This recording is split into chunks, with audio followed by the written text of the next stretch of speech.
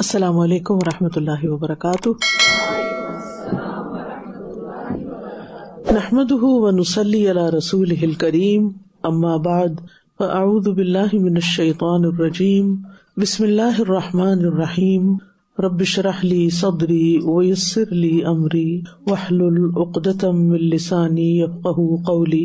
لقد من الله على المؤمنين إذ بعث فيهم رسولا من أنفسهم يتلو عليهم آياته ويزكيهم ويعلمهم الكتاب والحكمة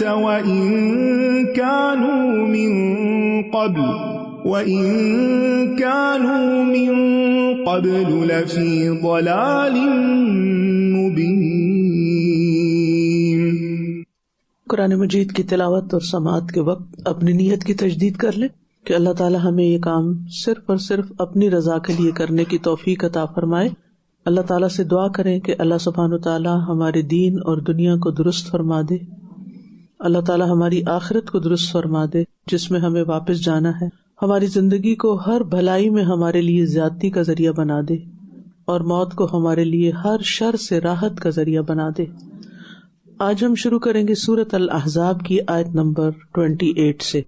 یا ایھا النبی قل لأزواجک ان کنتن تردن الحیاة الدنیا وزینتها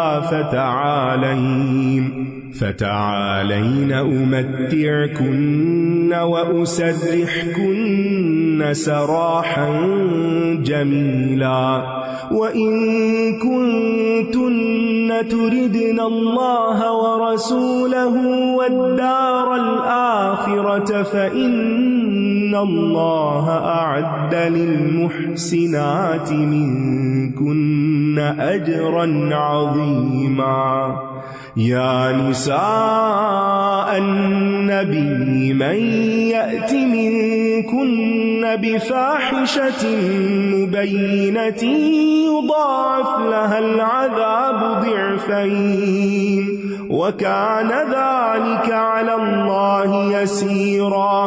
ومن یقنت منکن للہ ورسولہ وتعمل صالحا نؤتها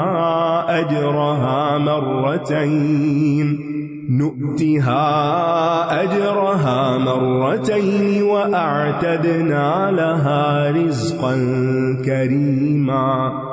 یا نساء النبی لستن كأحد من النساء إن اتقيتن فلا تخضعن بالقول فيطمع الذي في قلبه مرض وقلن قولا معروفا وقرن في بيوتكن ولا تبرجن تبرج الجاهلية الأولى وأقمن الصلاة وآتين الزكاة وأطعن الله ورسوله إنما يريد الله ليذهب عنكم الرجس أهل البيت ويطهركم تطهيرا۔ واذكرن ما يتلى في بيوتكن من آيات الله والحكمة إن الله كان لطيفا خبيرا۔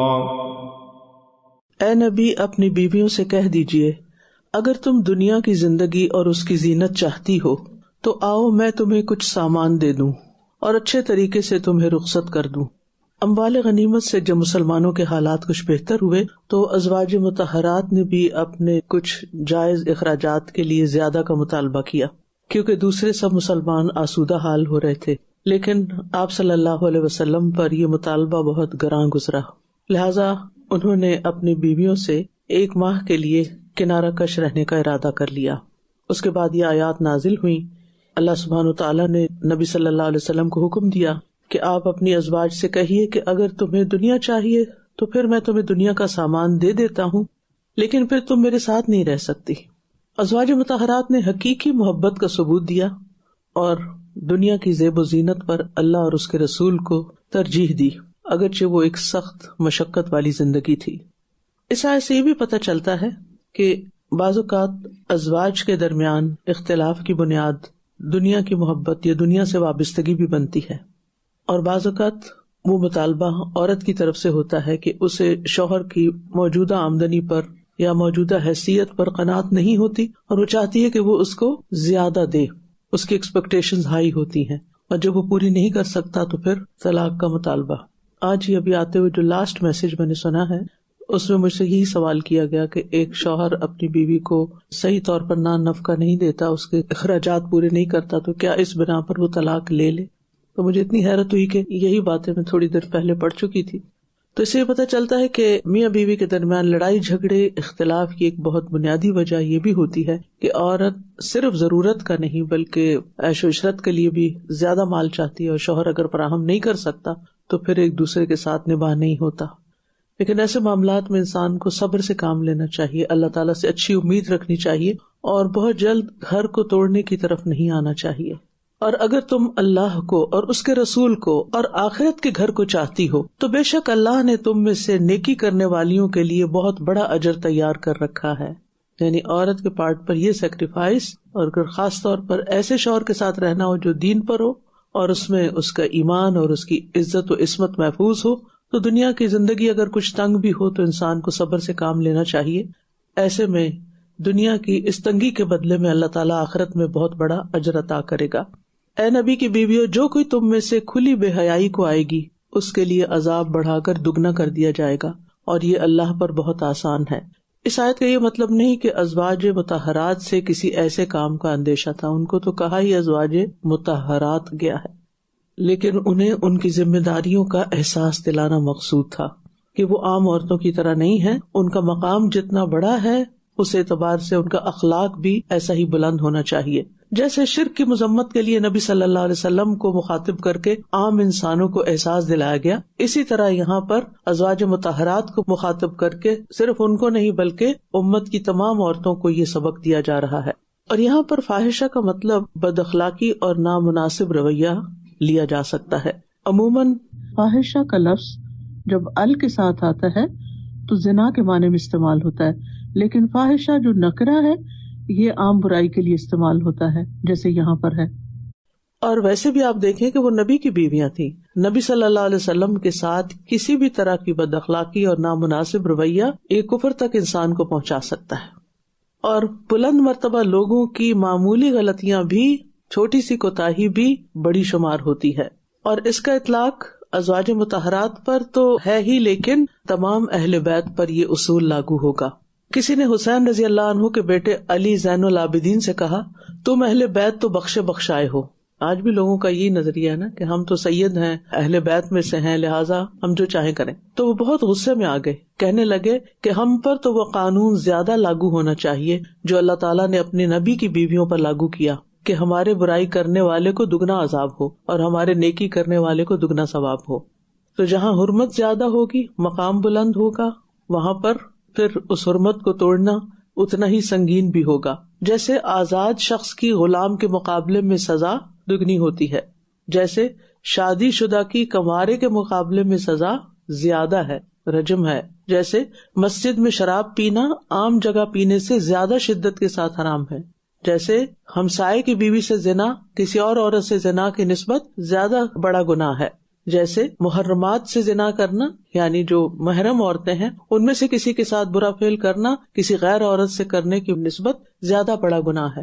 تو یہ بات سمجھنے کی ہے کہ جہاں جس شخص کا درجہ یا مقام بلند ہوتا ہے وہاں اس کی معمولی غلطی بھی بہت بڑی ہوتی ہے، اور جتنا کسی کا مقام بلند ہو اس کو اتنے ہی بلند اخلاق کا مظاہرہ کرنا چاہیے. ایک عام شخص بد اخلاقی کرے تو وہ بھی بد اخلاقی، لیکن ایک قرآن پڑھی ہوئی لڑکی، ایک دین کی ریپرزینٹیٹیو اگر کوئی برا اخلاق ظاہر کرتی ہے تو وہ کیا شمار ہوگی؟ زیادہ بڑی برائی شمار ہوگی. تو ہم سب کو محتاط رہنے کی ضرورت ہے، اپنے اس حجاب اور اپنے اس نقاب اور اپنے دین کے ٹھپے اور نام کو بدنام نہیں کرنا چاہیے اپنی بد اخلاقی اور برے رویے سے. اور تم میں سے جو کوئی اللہ اور اس کے رسول کی فرما برداری کرے گی اور نیک عمل کرے گی، ہم اسے اس کا اجر 2 مرتبہ دیں گے، اور ہم نے اس کے لیے عمدہ رزق تیار کر رکھا ہے۔ سبحان اللہ۔ یعنی عورت کے لیے، یعنی خاص طور پر جو جنت کی بشارت، اس میں رزق کی بات کی گئی ہے۔ تو بہرحال بہترین رزق کے لیے بلند اخلاق کا ہونا بہت ضروری ہے۔ یعنی اگر آج تم دنیا میں نبی کو پریشان کرو گی تو پھر پوچھو گی، اور اگر تم قناعت کرو گی، صابر و شاکر رہو گی، تو اس کے عوض تمہیں بہت بڑا اجر و انعام ملے گا۔ اے نبی کی بیویوں، تم عام عورتوں میں سے کسی ایک جیسی بھی نہیں ہو۔ اگر تم تقوی اختیار کرو تو مردوں سے نرم لہجے میں بات نہ کرو کہ جس کے دل میں بیماری ہے وہ طمع کرنے لگے، اور تم معروف انداز میں بات کیا کرو۔ تو فواحش کی تطہیر کے لیے 2 باتوں کا حکم دیا گیا۔ ایک تو یہ کہ اس کا آغاز نبی صلی اللہ علیہ وسلم کے گھرانے سے کیا گیا، اور دوسرے سب سے پہلے فاحشۃ مبینہ زنا کا ذکر کر دیا گیا، اور پھر یہاں سے زنا کے سد باب کے احکام کا سلسلہ شروع ہو رہا ہے۔ نبی صلی اللہ علیہ وسلم کی ازواج کا معاملہ اور کردار عام عورتوں کی طرح نہیں ہے۔ جیسا کہ آپ جانتے ہیں کہ جنگ احزاب سے پہلے تک پردے کے احکامات نازل نہیں ہوئے تھے، اور عرب معاشرے میں عورتیں حجاب نہیں لیتی تھیں، اور مسلم گھرانوں میں بھی غیر مردوں کے داخلے پر کوئی پابندی نہیں تھی۔ ازواج مطہرات بھی اسی طرح گھروں سے باہر آیا جایا کرتی تھیں جیسے دوسری عورتیں تھیں۔ تو یہاں پر سب سے پہلے انہیں اس طرف متوجہ کیا گیا کہ وہ اس معاشرے میں سب سے پہلے مردوں سے بات کرتے ہوئے احتیاط کرتے، یعنی حجاب سے بھی پہلے اپنے انداز گفتگو، اپنے طرز تخاطب اور اپنا جو معاملہ کرنے کا طریقہ کار ہے اس کی طرف توجہ کریں۔ اور یہاں پر یہ نبی صلی اللہ علیہ وسلم کی ازواج کو کیوں حکم دیا گیا؟ اس لیے بھی کہ نبی صلی اللہ علیہ وسلم کی ازواج سے بعض مرد حضرات بھی مسائل پوچھا کرتے تھے، تو انہیں ان سے بات کرتے ہوئے ایک معروف انداز اختیار کرنے کا حکم دیا گیا، جس میں لوچدار آواز نہ ہو اور اس طرح کا سٹائل نہ ہو کہ جس سے کوئی غیر مرد کوئی برا تاثر لے جائے یا کوئی اور مقصد اس سے نکال لے۔ اور پھر یہ حکم صرف امہات ہی کے لیے خاص نہیں بلکہ تمام مسلمان عورتوں کو اس اخلاق سے مزین ہونا چاہیے۔ جیسے کوئی شریف آدمی اپنے بچے سے کہتا ہے کہ تم کس باپ کے بیٹے ہو، تمہیں یہ گالی نہیں بکنی چاہیے، مثال کے طور پر، تو اس کا یہ مطلب تو نہیں کہ صرف شریف لوگوں کی اولاد کو ہی ایسا نہیں کرنا چاہیے، اس کا مطلب یہ کہ کسی کو بھی نہیں کرنا چاہیے، لیکن ان کو اور زیادہ احتیاط کرنی چاہیے۔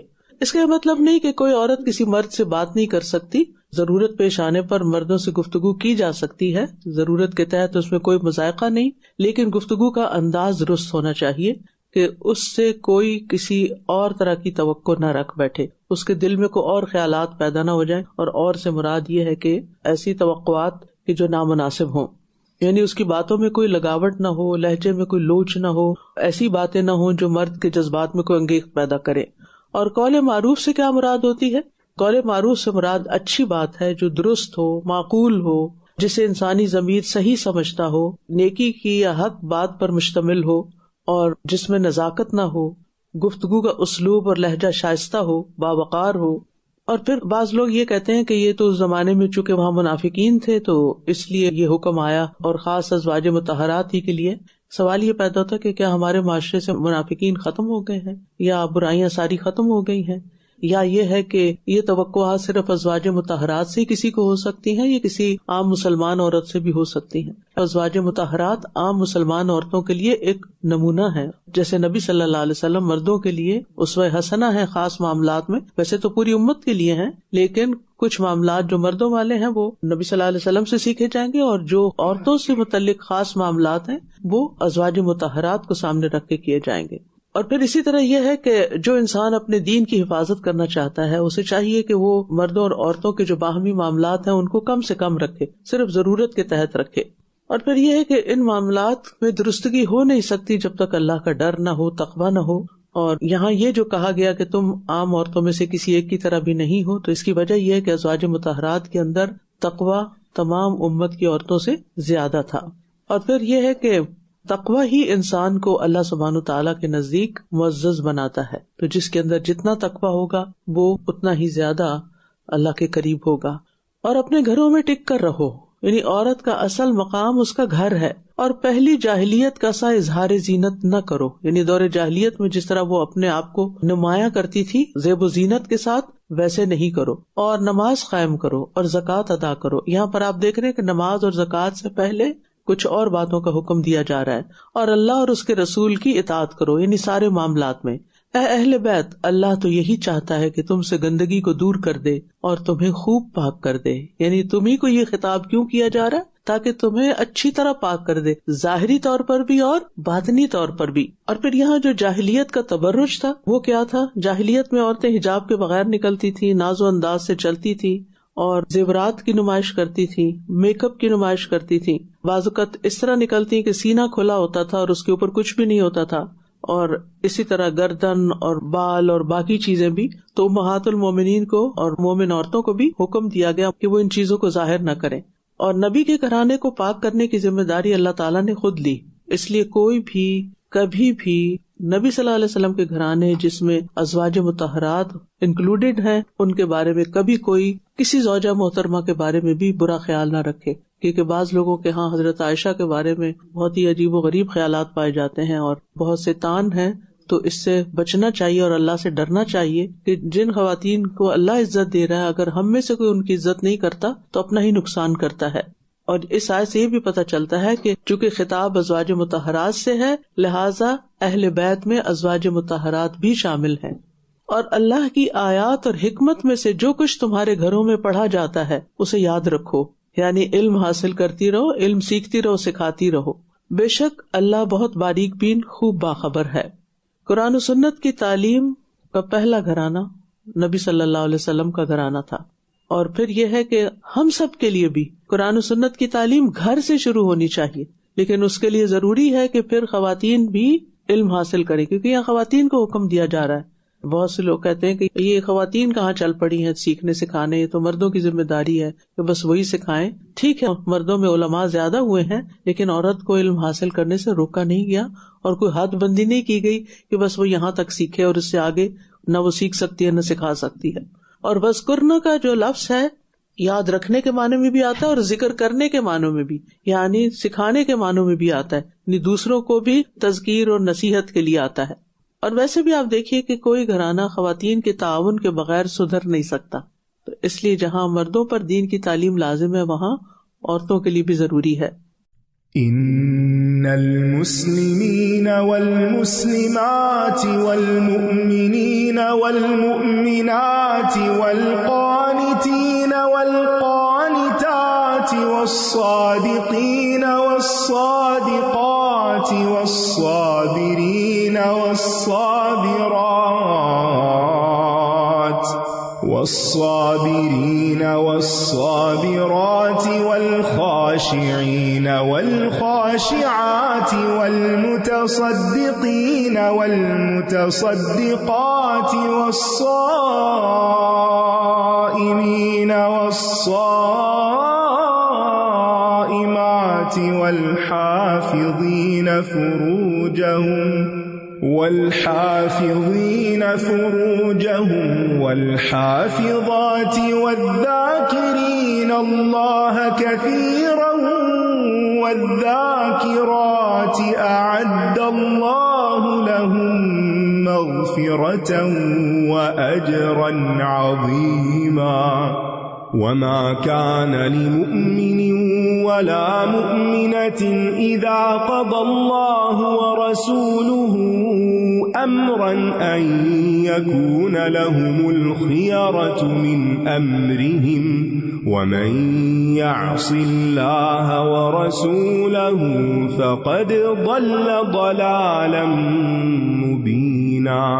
وَإِذْ تَقُولُ لِلَّذِي أَنْعَمَ اللَّهُ عَلَيْهِ وَأَنْعَمْتَ عَلَيْهِ أَمْسِكْ عَلَيْكَ زَوْجَكَ وَاتَّقِ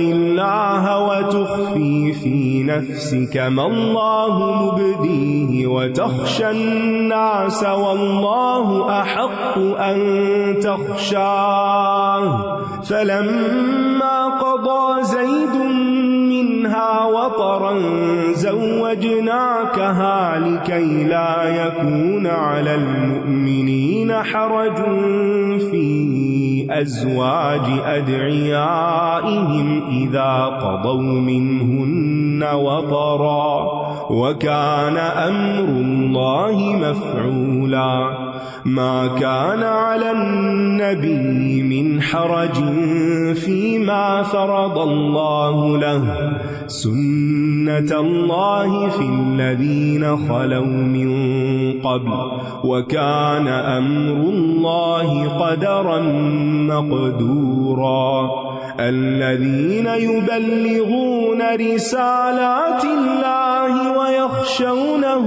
ولا يخشون أحدا إلا الله وكفى بالله حسيبا ما كان محمد أبا أحد من رجالكم ولكن رسول الله وخاتم النبيين وكان الله بكل شيء عليما.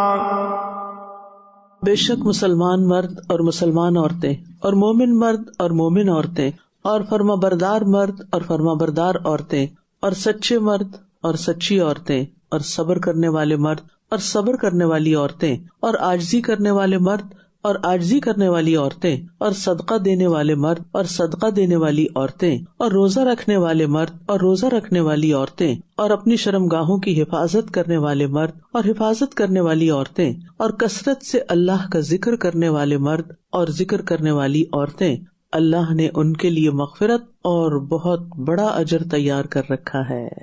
تو مغفرت اور بڑے اجر کے لیے تمام مسلمان عورتوں کے اندر یہ صفات ہونی چاہیے. یہ اسلام کی 10 بنیادی اقدار ہیں، ویلیوز ہیں، جس میں سب سے پہلے اسلام لانا، اپنا آپ اللہ کے سپرد کر دینا، اور پھر ایمان رکھنا، یعنی جس میں انسان تصدیق کے ساتھ ساتھ زبانی اور دل کی تصدیق کے ساتھ عمل صالح بھی کرنے والا ہو. تیسرے، اللہ تعالیٰ کے احکامات پر عملی لحاظ سے عمل کرنا، مطیع و فرما بردار بن کر رہنا، قانتین، اور مستقل طور پر اسے اپنانا. پھر چوتھی صفت سچا ہونا، اپنے معاملات میں جھوٹ، مکر، ریاکاری سے بچنا، دغا بازی، دھوکہ بازی سے بچنا. پانچویں چیز صبر کرنا، اللہ کی اطاعت میں پیش آنے والی مشکلات کو خندہ پیشانی سے برداشت کرنا. پھر خشوع و خضوع اختیار کرنا، تکبر سے بچنا، اپنے کلام میں، وضاقتہ میں، چال ڈھال میں ہر طرح کے کبر اور نخوت سے بچنا، تواضع اور انکساری، عزت اور احترام کا معاملہ کرنا. ساتویں چیز صدقہ کرنا، یعنی فرضی زکوٰۃ بھی ادا کرنا اور نفلی صدقات سے بھی محتاجوں کی ضرورت کو پورا کرنا، اور ان تمام جگہوں پہ خرچ کرنا جن کا اللہ نے حکم دیا ہے. اور اسی طرح اگر کسی نے قرض لیا ہو تو اس کو معاف کر دینا بھی صدقے میں شمار ہو جاتا ہے. اور پھر فرضی اور نفلی روزے رکھنا، رمضان کے علاوہ ہر مہینے 3 روزے رکھنے والا اس صفت میں شامل ہو جاتا ہے، صائمین اور صائمات میں. اور بے حیائیوں سے بچنا، زنا، عریانی، برہنگی، حفظ فروج اختیار کرنا. 10ویں چیز کثرت سے اللہ کو یاد کرنا اور یاد رکھنا. یاد کرنے سے مراد تسبیح وغیرہ پڑھنا، اللہ کے ذکر سے زبان کو تر رکھنا، اور یاد رکھنے سے مراد یہ کہ جب بھی کوئی کام کرے دل میں اللہ کا خیال رہے، اللہ کی خاطر کیا جائے اور اللہ کی نافرمانی کے کاموں سے بچا جائے. تو تمام عبادات کی روح اللہ کے ذکر میں، اس لیے آخر میں اس کا ذکر آیا ہے، اور اس کے لیے کوئی مخصوص وقت نہیں ہوتا یا مخصوص طریقہ نہیں ہوتا. باقی عبادات کا تو وقت مقرر ہوتا ہے، لیکن ذکر ایسی عبادت ہے جس کا کوئی وقت مقرر نہیں، اور اس کے لیے مختلف طریقے کے ذکر ہیں جن میں کچھ اوقات کی پابندی کے ساتھ بھی ہیں، لیکن عمومی ذکر کسی وقت بھی کیا جا سکتا ہے. اور کون اللہ سے کتنا اور کیسا تعلق رکھتا ہے یہ کہاں سے معلوم ہوتا ہے؟ اس کا معیار ذکر سے ہے کہ آپ اللہ کو کتنا یاد رکھتے ہیں اور کتنا یاد کرتے ہیں. یہ 2 لفظ یاد رکھیں، یاد کرنا اور یاد رکھنا. اور کسی مومن مرد اور کسی مومن عورت کے لیے جائز نہیں کہ جب اللہ اور اس کا رسول کسی معاملے میں فیصلہ کر دے تو ان کے اس معاملے میں ان کا کوئی اختیار ہو. اور جو کوئی اللہ اور اس کے رسول کی نافرمانی کرے گا تو یقیناً وہ صریح گمراہی میں پڑ گیا. یعنی اللہ کے حکم کے آگے سب کی آزادی ختم ہو جاتی ہے، اور مومن خوشی کے ساتھ سر تسلیم خم کر دیتا ہے کہ میرے آقا کا حکم ہے، مجھے اسی طرح کرنا ہے. اور جب آپ اس شخص سے کہہ رہے تھے، حضرت زید کی طرف اشارہ ہے، جس پر اللہ نے انعام کیا تھا اور آپ نے بھی یعنی احسان کیا تھا کہ اپنی بیوی کو اپنے پاس روک کر رکھو، حضرت زینب کے ساتھ ان کی شادی ہوئی تھی. اور اللہ سے ڈرو، اور آپ اپنے دل میں جو چھپا رہے تھے اللہ اسے ظاہر کرنے والا تھا، اور آپ لوگوں سے ڈر رہے تھے، حالانکہ اللہ زیادہ حقدار ہے کہ آپ اس سے ڈریں. اگر یہ اللہ کا کلام نہ ہوتا اور نبی صلی اللہ علیہ وسلم کا ہوتا تو یہ بات کبھی نہ اس میں لکھی ہوتی. پھر جب زید نے اس سے اپنی حاجت پوری کر لی تو ہم نے اس کا نکاح آپ سے کر دیا، یعنی زید جو آپ کے منہ بولے بیٹے تھے ان کی بیوی کا نکاح، کیونکہ عربوں کے ہاں یہ بڑا معیوب تھا، تو اللہ نے نبی صلی اللہ علیہ وسلم کے ذریعے اس بری رسم کو توڑا تاکہ مومنوں پر اپنے منہ بولے بیٹوں کی بیویوں سے نکاح کے معاملے میں کوئی تنگی نہ رہے جب وہ ان سے حاجت پوری کر چکے اور اللہ کا حکم ہو کر رہنے والا ہے. تو اس سے بتانا یہ مقصود تھا کہ منہ بولا بیٹا اصلی بیٹے کا مقام نہیں رکھتا کہ اس کی متعلقہ بیوی حرام ہو جائے. تو جس طرح متبنہ یعنی منہ بولا بیٹا حقیقی بیٹا نہیں بن سکتا، تو اسی لیے اللہ تعالیٰ نے یہ طے کر دیا کہ نبی صلی اللہ علیہ وسلم اپنے متبنہ کی متعلقہ سے شادی کریں. اور یہاں پر آپ دیکھیے کہ نبی صلی اللہ علیہ وسلم سے وہ طلاق کا مشورہ لے رہے تھے اور آپ اصلاح کا مشورہ دے رہے تھے. اس سے کیا پتہ چلتا ہے کہ جو بھی آپ سے یہ مشورہ کرے کہ میں طلاق لے لوں تو آپ اس کو پہلے جھٹ سے یہ نہ کہ ہاں بالکل لے لو تمہارے حالات تو بڑی خراب ہے، بلکہ پہلے صبر کی تلقین کرے، اصلاح کا مشورہ دے، اصلاح کے طریقے بتائے، اور پھر اگر کوئی چارہ نہ ہو تو پھر جو اللہ کا فیصلہ. اور پھر یہ ہے کہ اپنے تمام معاملات میں اللہ سے ڈرنا چاہیے. اگر اللہ تعالیٰ نبی صلی اللہ علیہ وسلم کو حکم دے رہے ہیں واتق اللہ، تو ہمارے لیے کیا حکم ہوگا. اور اللہ کے علاوہ دوسروں سے ڈرنے کا کیا مطلب ہوتا ہے، یعنی ایک ہے نا اللہ سے ڈرنا اور ایک ہے غیر اللہ سے ڈرنا. جب بندہ لوگوں کے ڈر سے اپنے دین پر عمل چھوڑ دے کہ یہ کیا کہیں گے، یہ میرے پیچھے پڑ جائیں گے، یہ ایکسپٹ نہیں کریں گے، اس لیے میں اللہ کا وہ حکم نہیں مان سکتی، نہیں. پھر اسی طرح یہ ہے کہ یہ بھی اللہ کے علاوہ دوسروں سے ڈرنا ہوتا ہے کہ یہ سوچنا کہ یہ مجھے کوئی نقصان پہنچائے گا، کوئی پتھر یا لکڑی کا بت یا کوئی جن یا انسان یا کچھ. تو جو اللہ سے ڈرتا ہے وہ غیر اللہ سے نہیں ڈرتا، اور کیونکہ وہ جانتا ہے کہ اللہ میری حفاظت کرنے والا ہے، اور اگر کوئی نقصان پہنچا بھی تو وہ اللہ کے اذن سے ہی ہو سکتا ہے.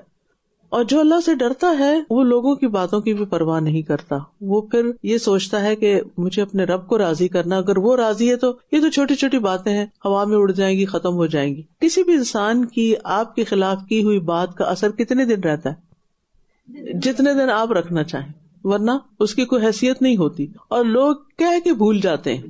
یاد رکھیے جو اللہ کی رضا کے لیے کوئی گناہ کا کام چھوڑ دیتا ہے اللہ تعالیٰ اسے اس سے بہترین عوض عطا کرتا ہے، اسے محروم نہیں کرتا. یعنی جس چیز کو بھی انسان اللہ کے خوف سے چھوڑ دے گا اللہ تعالیٰ اسے اس سے بہتر چیز عطا کرے گا. اور اگر وہ چیز نہ بھی ملے تو اللہ تعالیٰ کی طرف سے جو دل کا اطمینان اور دل کی قوت اور خوشی اور طاقت ملتی ہے وہ کسی چیز سے خریدی نہیں جا سکتی. نبی پر اس معاملے میں کوئی تنگی نہیں جو اللہ نے اس کے لیے طے کر دیا. اللہ کا یہ طریقہ ان لوگوں میں بھی رہا ہے جو پہلے گزر چکے ہیں، اور اللہ کا حکم ایک طے شدہ فیصلہ ہے. یعنی جب نبی پر اللہ کوئی حکم فرض کر دے تو ساری دنیا کی مخالفت کے باوجود اسے وہ کرنا ہی ہوتا ہے. وہ لوگ جو اللہ کے پیغامات پہنچاتے ہیں اور اسی سے ڈرتے ہیں، اور وہ اللہ کے سوا کسی سے نہیں ڈرتے، اور اللہ حساب لینے کے لیے کافی ہے. تو ہم دیکھتے ہیں کہ انبیاء نے اپنی ذمہ داری کو پورا نبھایا، اور جیسے اللہ نے چاہا ویسا ہی کیا، اور پھر اللہ کی مدد بھی ان کے لیے آئی. اللہ نے لوگوں کے شر سے ان کو محفوظ بھی رکھا، بچایا بھی. محمد تمہارے مردوں میں سے کسی کے باپ نہیں ہے، یعنی آپ کی وفات کے وقت آپ کا کوئی بھی بیٹا زندہ نہیں تھا، آپ کی زندگی میں ہی سب فوت ہو گئے تھے. لیکن وہ اللہ کے رسول اور خاتم النبیین ہیں، یعنی آپ پر نبیوں کا سلسلہ ختم ہو رہا ہے، آپ کے بعد کوئی نبی نہیں ہوگا، اور اللہ ہر چیز کو خوب جاننے والا ہے. نبی صلی اللہ علیہ وسلم آخری نبی ہیں، یعنی نبی صلی اللہ علیہ وسلم کے ساتھ کسی طرح کا اگر کسی کا کوئی رشتہ ہے بھی تو وہ نبوت کا نہیں ہے کہ آپ کے بعد کوئی آپ کی نبوت کا وارث ہوا، جیسے داؤد علیہ السلام کے بعد سلیمان علیہ السلام.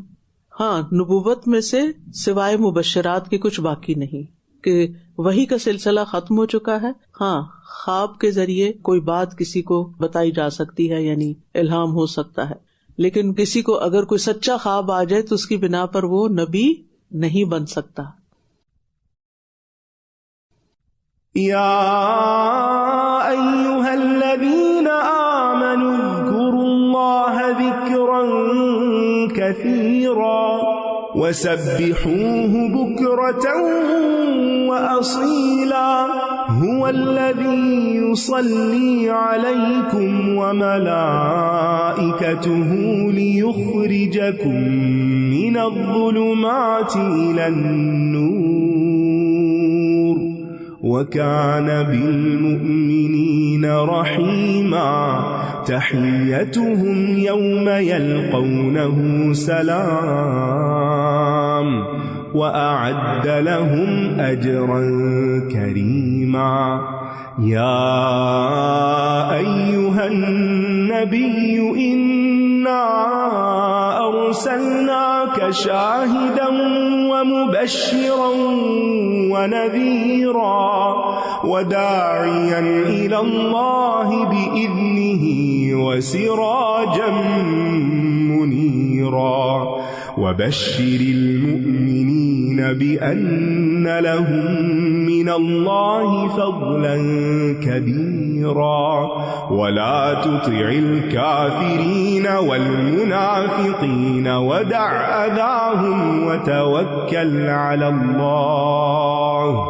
وكفى بالله وكيلا يا أيها الذين آمنوا إذا نكحتم المؤمنات ثم طلقتموهن من قبل أن تمسوهن فما لكم عليهن من عدة تعتدونها فمتعوهن وسرحوهن سراحا جميلا يا أيها النبي إنا أحللنا لك أزواجك اللاتي آتيت أجورهن وما ملكت يمينك مما أفاء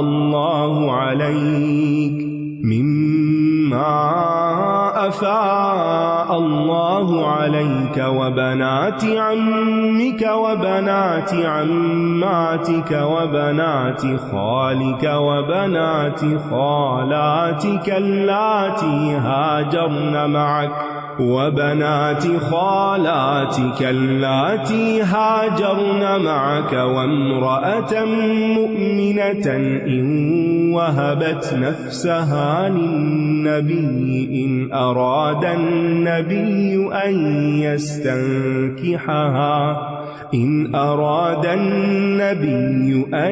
يستنكحها خالصة لك من دون المؤمنين قد علمنا ما فرضنا عليهم في أزواجهم وما ملكت أيمانهم لكي لا يكون عليك حرج وكان الله غفورا رحيما ترجي من تشاء منهن وتؤوي إليك من تشاء ومن ابتغيت ممن عزلت فلا جناح عليك ذلك أدنى أن تقر أعينهن ولا يحزن ويرضين بما آتيتهن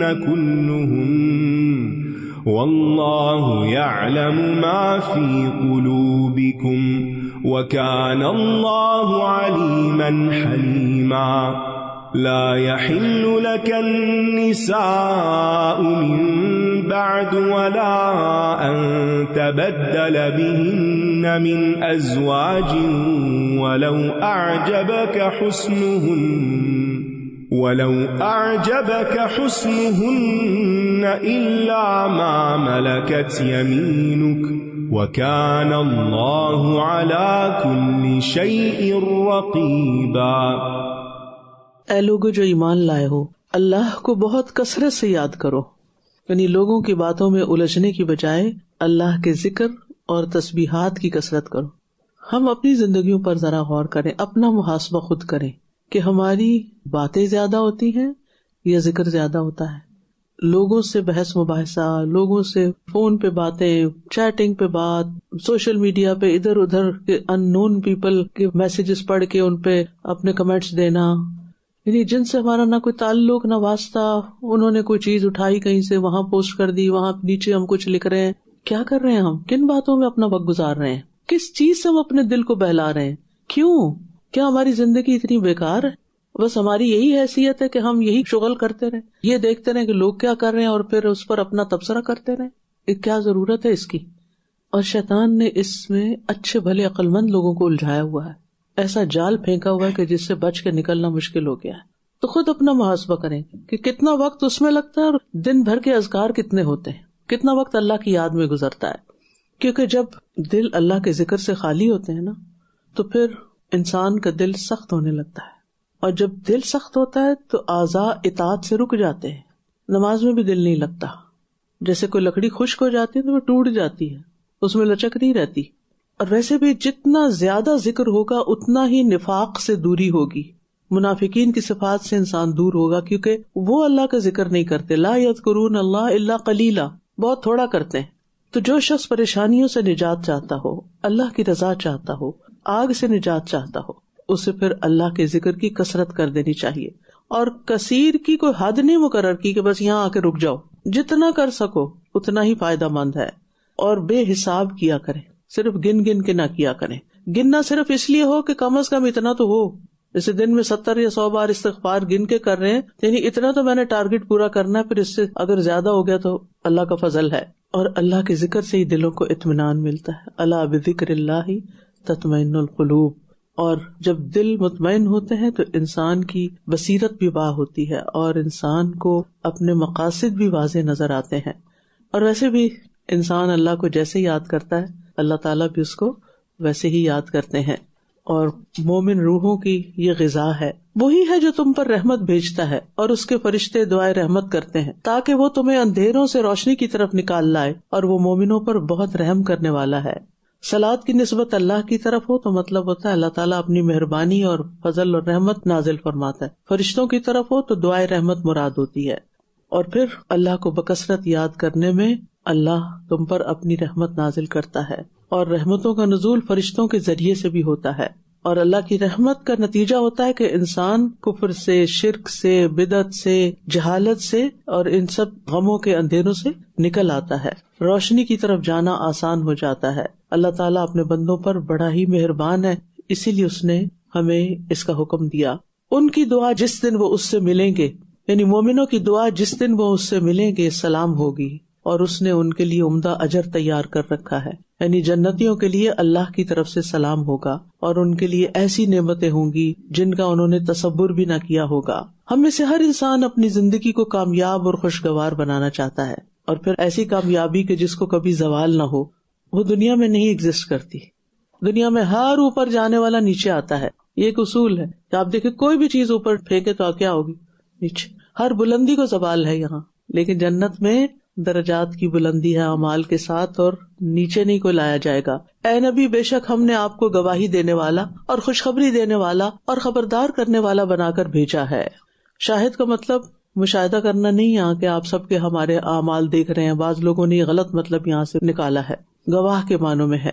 اور پھر ایک داعی دین کو پہلے خوشخبری سنانی چاہیے اور اس کے بعد ڈرانا بھی چاہیے، اور اس کے اذن سے، یعنی اللہ کے اذن سے، اللہ کی طرف دعوت دینے والا اور روشنی کرنے والا چراغ، سراجا منیرا.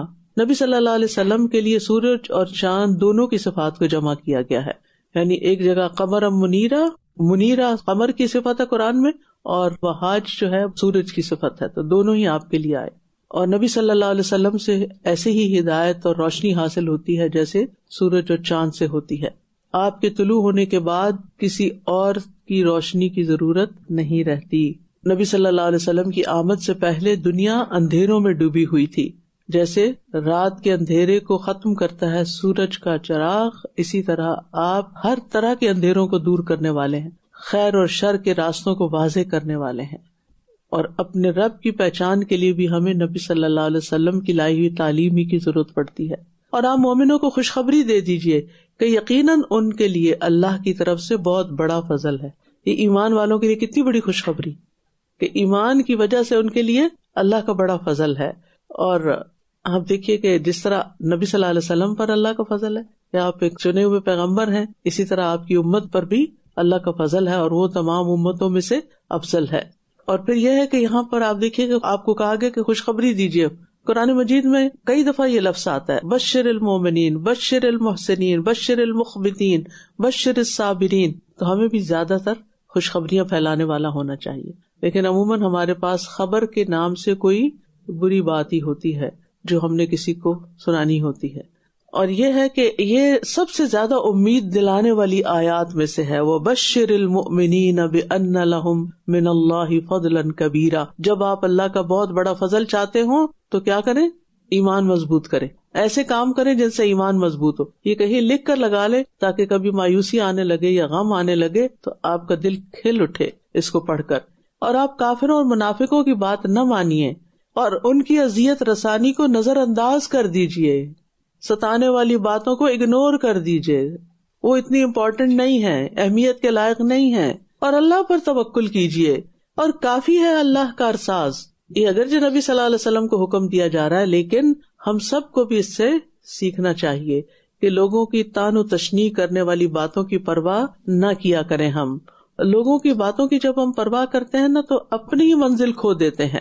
اپنا کام پوری توجہ سے کرنا چاہیے اور دوسروں کے رویوں کو اللہ کے حوالے کر دینا چاہیے کہ ان کے مقابلے میں مجھے اللہ ہی کافی ہے. اور جو شخص غلط رویوں کو نظر انداز کر سکتا ہے وہ کامیابی کی منزل کا مسافر ہوتا ہے، وہ کسی نہ کسی دن کامیاب ہو جاتا ہے. اور جو ہر فضول بات کرنے والے کی بات پر الجھنے لگتا ہے تو اس کا سفر بہت طویل ہو جاتا ہے اور منزل تک پہنچنا مشکل ہو جاتا ہے. اور یوں انسان ہر بات سن کے اس کو سنجیدہ لے کے اس پہ رونا دھونا شروع کر دے تو خود ہی نفسیاتی مریض بن جاتا ہے. امام احمد بن حنبل کے بارے میں آتا ہے کہ کوڑے لگنے کی وجہ سے ان کے جسم کا بعض حصہ ڈیڈ ہو گیا تھا اور اس کی وجہ سے وہ تکلیف میں رہتے تھے، جس کی وجہ سے پھر ان کے جسم کے وہ حصے کاٹے گئے تھے، یعنی وہ گوشت کاٹا گیا تھا. تو جو ان کا معالج ہے وہ کہتا ہے کہ میں جب آلہ جراحت سے ان کی پشت چیر کر گوشت الگ کر رہا تھا تو آپ فرماتے جا رہے تھے، اے اللہ معتصم کی مغفرت فرما. میں نے کہا کہ لوگوں پر ظلم ہو تو وہ بددعائیں دیتے ہیں کیونکہ معتصم کے حکم سے کوڑے لگے تھے نا، اور آپ معتصم کی مغفرت کی دعا کر رہے ہیں جبکہ اس نے ظلم کے پہاڑ توڑ دیا آپ پر. فرمانے لگے یہ سب باتیں اپنی جگہ ہیں مگر وہ رسول اللہ صلی اللہ علیہ وسلم کے چچا کی اولاد میں سے ہے. مجھے حیا آتی ہے کہ میں روز محشر حضور کے پاس اس حال میں آؤں کہ ان کے رشتے دار اور میرے درمیان جھگڑا ہو، بس میں نے اسے معاف کر دیا. یہ ہوتے ہیں علم والے، اس کو کہتے ہیں صاحب علم ہونا. وہ کسی کو معاف کرنے کا کوئی نہ کوئی بہانہ ڈھونڈ لیتے ہیں اور ہم کسی پر گرفت کرنے اور پکڑنے کا کوئی نہ کوئی بہانہ ڈھونڈ لیتے ہیں، زندگی اپنی میزریبل بنائے رکھتے ہیں.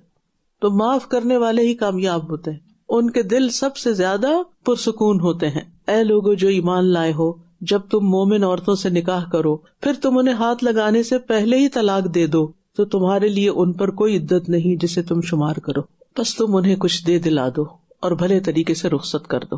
یعنی معاملات کو پیچیدہ کرنے کی بجائے ان کو حل کرنا چاہیے. ہم بعض اوقات چھوٹے سے مسئلے میں بہت بڑا ری ایکشن شو کرتے ہیں، تو چیزوں کو جو جتنی ہے نا اتنا ہی رہنے دیں، وہ بڑا نہ کریں. یعنی بعض اوقات اتنی ایگزیجریشن کرتے ہیں، ذرا سی درد ہوگی اتنا کراہیں گے، اتنا اس کو بڑا کر کے دکھائیں گے. کوئی چھوٹی سی بات کسی نے کر دی اس کو ایک بہت بڑا ایشو بنا لیں گے. کسی کے ساتھ کوئی اختلاف ہو گیا اس کے ساتھ ہمیشہ کا بیر یا دشمنی ڈال کے بیٹھ جائیں گے. اس سے پرہیز کریں، مسائل کو چھوٹا کریں، بڑا نہ کریں. زندگی کو آسان کریں، مشکل نہ کریں. غیر ضروری چیزوں میں مت الجھیں. اور بعض اوقات ہم سمجھتے ہیں کہ ہماری کوئی پریشانی کوئی اور ہی ختم کرے گا اور اپنے رویے میں کوئی تبدیلی نہیں لاتے اور دوسروں پہ بھروسہ کرتے ہیں، جبکہ مسائل کا حل صرف اللہ کے پاس ہوتا ہے، بندوں کے پاس کچھ نہیں ہوتا. بندوں سے ہم مشورہ کر سکتے ہیں، دعا کے لیے کہہ سکتے ہیں، لیکن ان پہ بھروسہ نہیں کر سکتے، ان پہ توقعات نہ رکھیں. تو یہاں کیا ہے، کسی کے ساتھ نکاح ہوا، پیپر ورک ہوا، ایک لڑکی کسی ملک میں، لڑکا کسی ملک میں، رخصتی نہیں ہوئی، طلاق ہو گئی، کوئی عدت نہیں ہوگی لڑکی کی، ٹھیک ہے، کیونکہ رخصتی نہیں ہوئی، ملاقات نہیں ہوئی. بعض اوقات ایک فارمل رخصتی ہوتی ہے نا، اور بعض اوقات نکاح ہو جاتا ہے اور لڑکا لڑکی آپس میں ملاقاتیں شروع کر دیتے ہیں تو وہ رخصتی ہی کے ضمن میں آتا ہے، پھر عدت ہوگی، ٹھیک ہے. اور اگر وہ کبھی بھی اکیلے میں نہیں ملے، صرف پیپر ورک ہوا تھا تو پھر عدت نہیں ہوگی. اے نبی، بے شک ہم نے آپ کے لیے آپ کی بیویاں حلال کر دی جن کے مہر آپ نے ان کو ادا کر دیے، تو بیوی کے حلال ہونے کے لیے مہر کی ادائیگی ضروری ہے. اور وہ لونڈیاں بھی جو آپ کی ملکیت میں ہیں، اس میں سے جو اللہ نے آپ پر بطور غنیمت لوٹایا ہے، اور آپ کے چچا کی بیٹیاں، اور آپ کی پھپھیوں کی بیٹیاں، اور آپ کے ماموں کی بیٹیاں، اور آپ کی خالاؤں کی بیٹیاں، وہ جنہوں نے آپ کے ساتھ ہجرت کی، اور وہ مومن عورت بھی جو اپنا آپ نبی کے لیے ہبہ کر دے اگر نبی اس سے نکاح کا ارادہ کریں. یہ اجازت مومنوں کے لیے نہیں، یعنی کوئی عورت اپنے آپ کو کسی مرد کے لیے ہبہ نہیں کر سکتی، بلکہ پراپر نکاح ہوگا، حق مہر ادا کیا جائے گا. یہ اجازت مومنوں کے لیے نہیں، صرف آپ کے لیے خاص ہے. ہم خوب جانتے ہیں جو ہم نے ان پر ان کی بیویوں اور لونڈیوں کے معاملے میں فرض کیا ہے، تاکہ آپ پر کوئی تنگی نہ ہو، اور اللہ بہت بخشنے والا، نہایت رحم کرنے والا ہے. کیونکہ آپ کی ذمہ داریاں بڑی تھیں، لہٰذا آپ کو بہت سی چیزوں سے ایگزمپٹ کیا گیا. تو یاد رکھیے کہ ہمارے دین میں کچھ احکامات صرف نبی صلی اللہ علیہ وسلم کے ساتھ خاص ہیں، ان کے خاص مقام کی وجہ سے. جیسے آپ پر حق مہر ادا کرنا واجب نہیں تھا، نان نفقہ واجب نہیں تھا، لیکن آپ نے پھر بھی کیا. 4 سے زیادہ بیویوں کی اجازت آپ کے لیے ہے، دوسرے مومنوں کے لیے نہیں. اور ان میں سے جسے آپ چاہیں اپنے سے الگ رکھیں، اور جسے چاہیں اپنے پاس رکھیں. آپ پر عدل کرنا بھی واجب نہیں تھا. اور جنہیں آپ نے الگ کر دیا ہو ان میں سے کسی کو اپنے پاس بلا لیں تو آپ پر کوئی گناہ نہیں. یہ زیادہ قریب ہے کہ ان کی آنکھیں ٹھنڈی رہیں اور وہ غمگین نہ ہوں. عورت کے جذبات کا لحاظ رکھا گیا، اور ان عورتوں کو چونکہ بہت بڑا مقام ملا تھا ان ازواج مطہرات، لہٰذا ان کے لیے کچھ مقامات پر قربانی کرنا بھی تھا. یعنی کوئی بھی چیز فری نہیں ہوتی. جب آپ کو کوئی خاص چیز ملتی ہے تو اس کی قیمت بھی ہوتی ہے.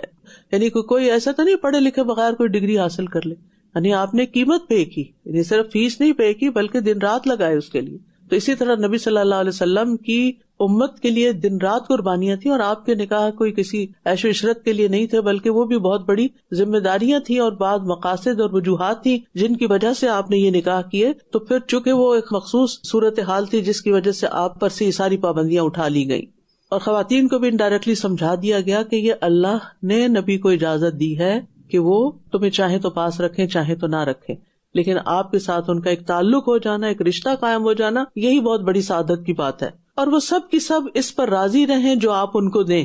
یعنی اگر کہیں سے ایکسپیکٹیشن ہو کچھ بھی نہیں ملنا تو کچھ مل جائے تو انسان کو بڑی خوشی ہوتی ہے. اور اللہ خوب جانتا ہے جو تمہارے دلوں میں ہے. تو ازواج مطہرات کو بھی کیا بتایا گیا کہ دل میں بھی برا خیال نہیں لانا. اور اللہ بہت علم والا، بہت حلم والا ہے. یعنی پوشیدہ خبروں کو جاننے کے باوجود، علم رکھنے کے باوجود بھی بردباری سے کام لیتا ہے. فلہ الحمد. اس کے بعد دیگر عورتیں آپ کے لیے حلال نہیں ہیں، اور نہ یہ حلال ہے کہ آپ ان کے بدلے کوئی دوسری بیویاں لے آئیں، اگرچہ ان کا حسن آپ کو پسند آئے، سوائے ان کے جو آپ کی ملکیت میں ہے. اور اللہ ہر چیز پر خوب نگران ہے. یہاں اللہ کی طرف سے رسول اللہ صلی اللہ علیہ وسلم کی ازواج کی قدردانی کی جا رہی ہے. یعنی اللہ تعالیٰ بندوں کی قربانیوں، ان کے اعمال اور حکم ماننے کی قدردانی بھی کرتا ہے. اللہ تعالیٰ ہر چیز پر رقیب ہے، یعنی تمام امور کی خود نگرانی کر رہا ہے، اور اس بات سے خوب باخبر ہے کہ ان کا انجام کیا ہوگا. اور اللہ تعالیٰ ان کی تدبیر بہترین نظام اور عمدہ ترین انداز میں کرنے والا ہے. یا ایھا الذین آمنوا لا تدخلوا بیوت النبی الا ان یؤذن لکم الی طعام غیر ناظرین اناہ ولكن إذا دعيتم فادخلوا فإذا طعمتم فانتشروا ولا مستأنسين لحديث إن ذلكم كان يؤذي النبي فيستحيي منكم والله لا يستحيي من الحق وإذا سألتموهن متاعا فاسألوهن من وراء حجاب ذلكم أطهر لقلوبكم وقلوبهن وما كان لكم أن تؤذوا رسول الله ولا أن تنكحوا أزواجه من بعده أبدا إن ذلكم كان عند الله عظيما إن تبدوا شيئا أو تخفوه فإن الله كان بكل شيء عليما لا جناح عليهن في آبائهن ولا أبنائهن ولا إخوانهن ولا أبناء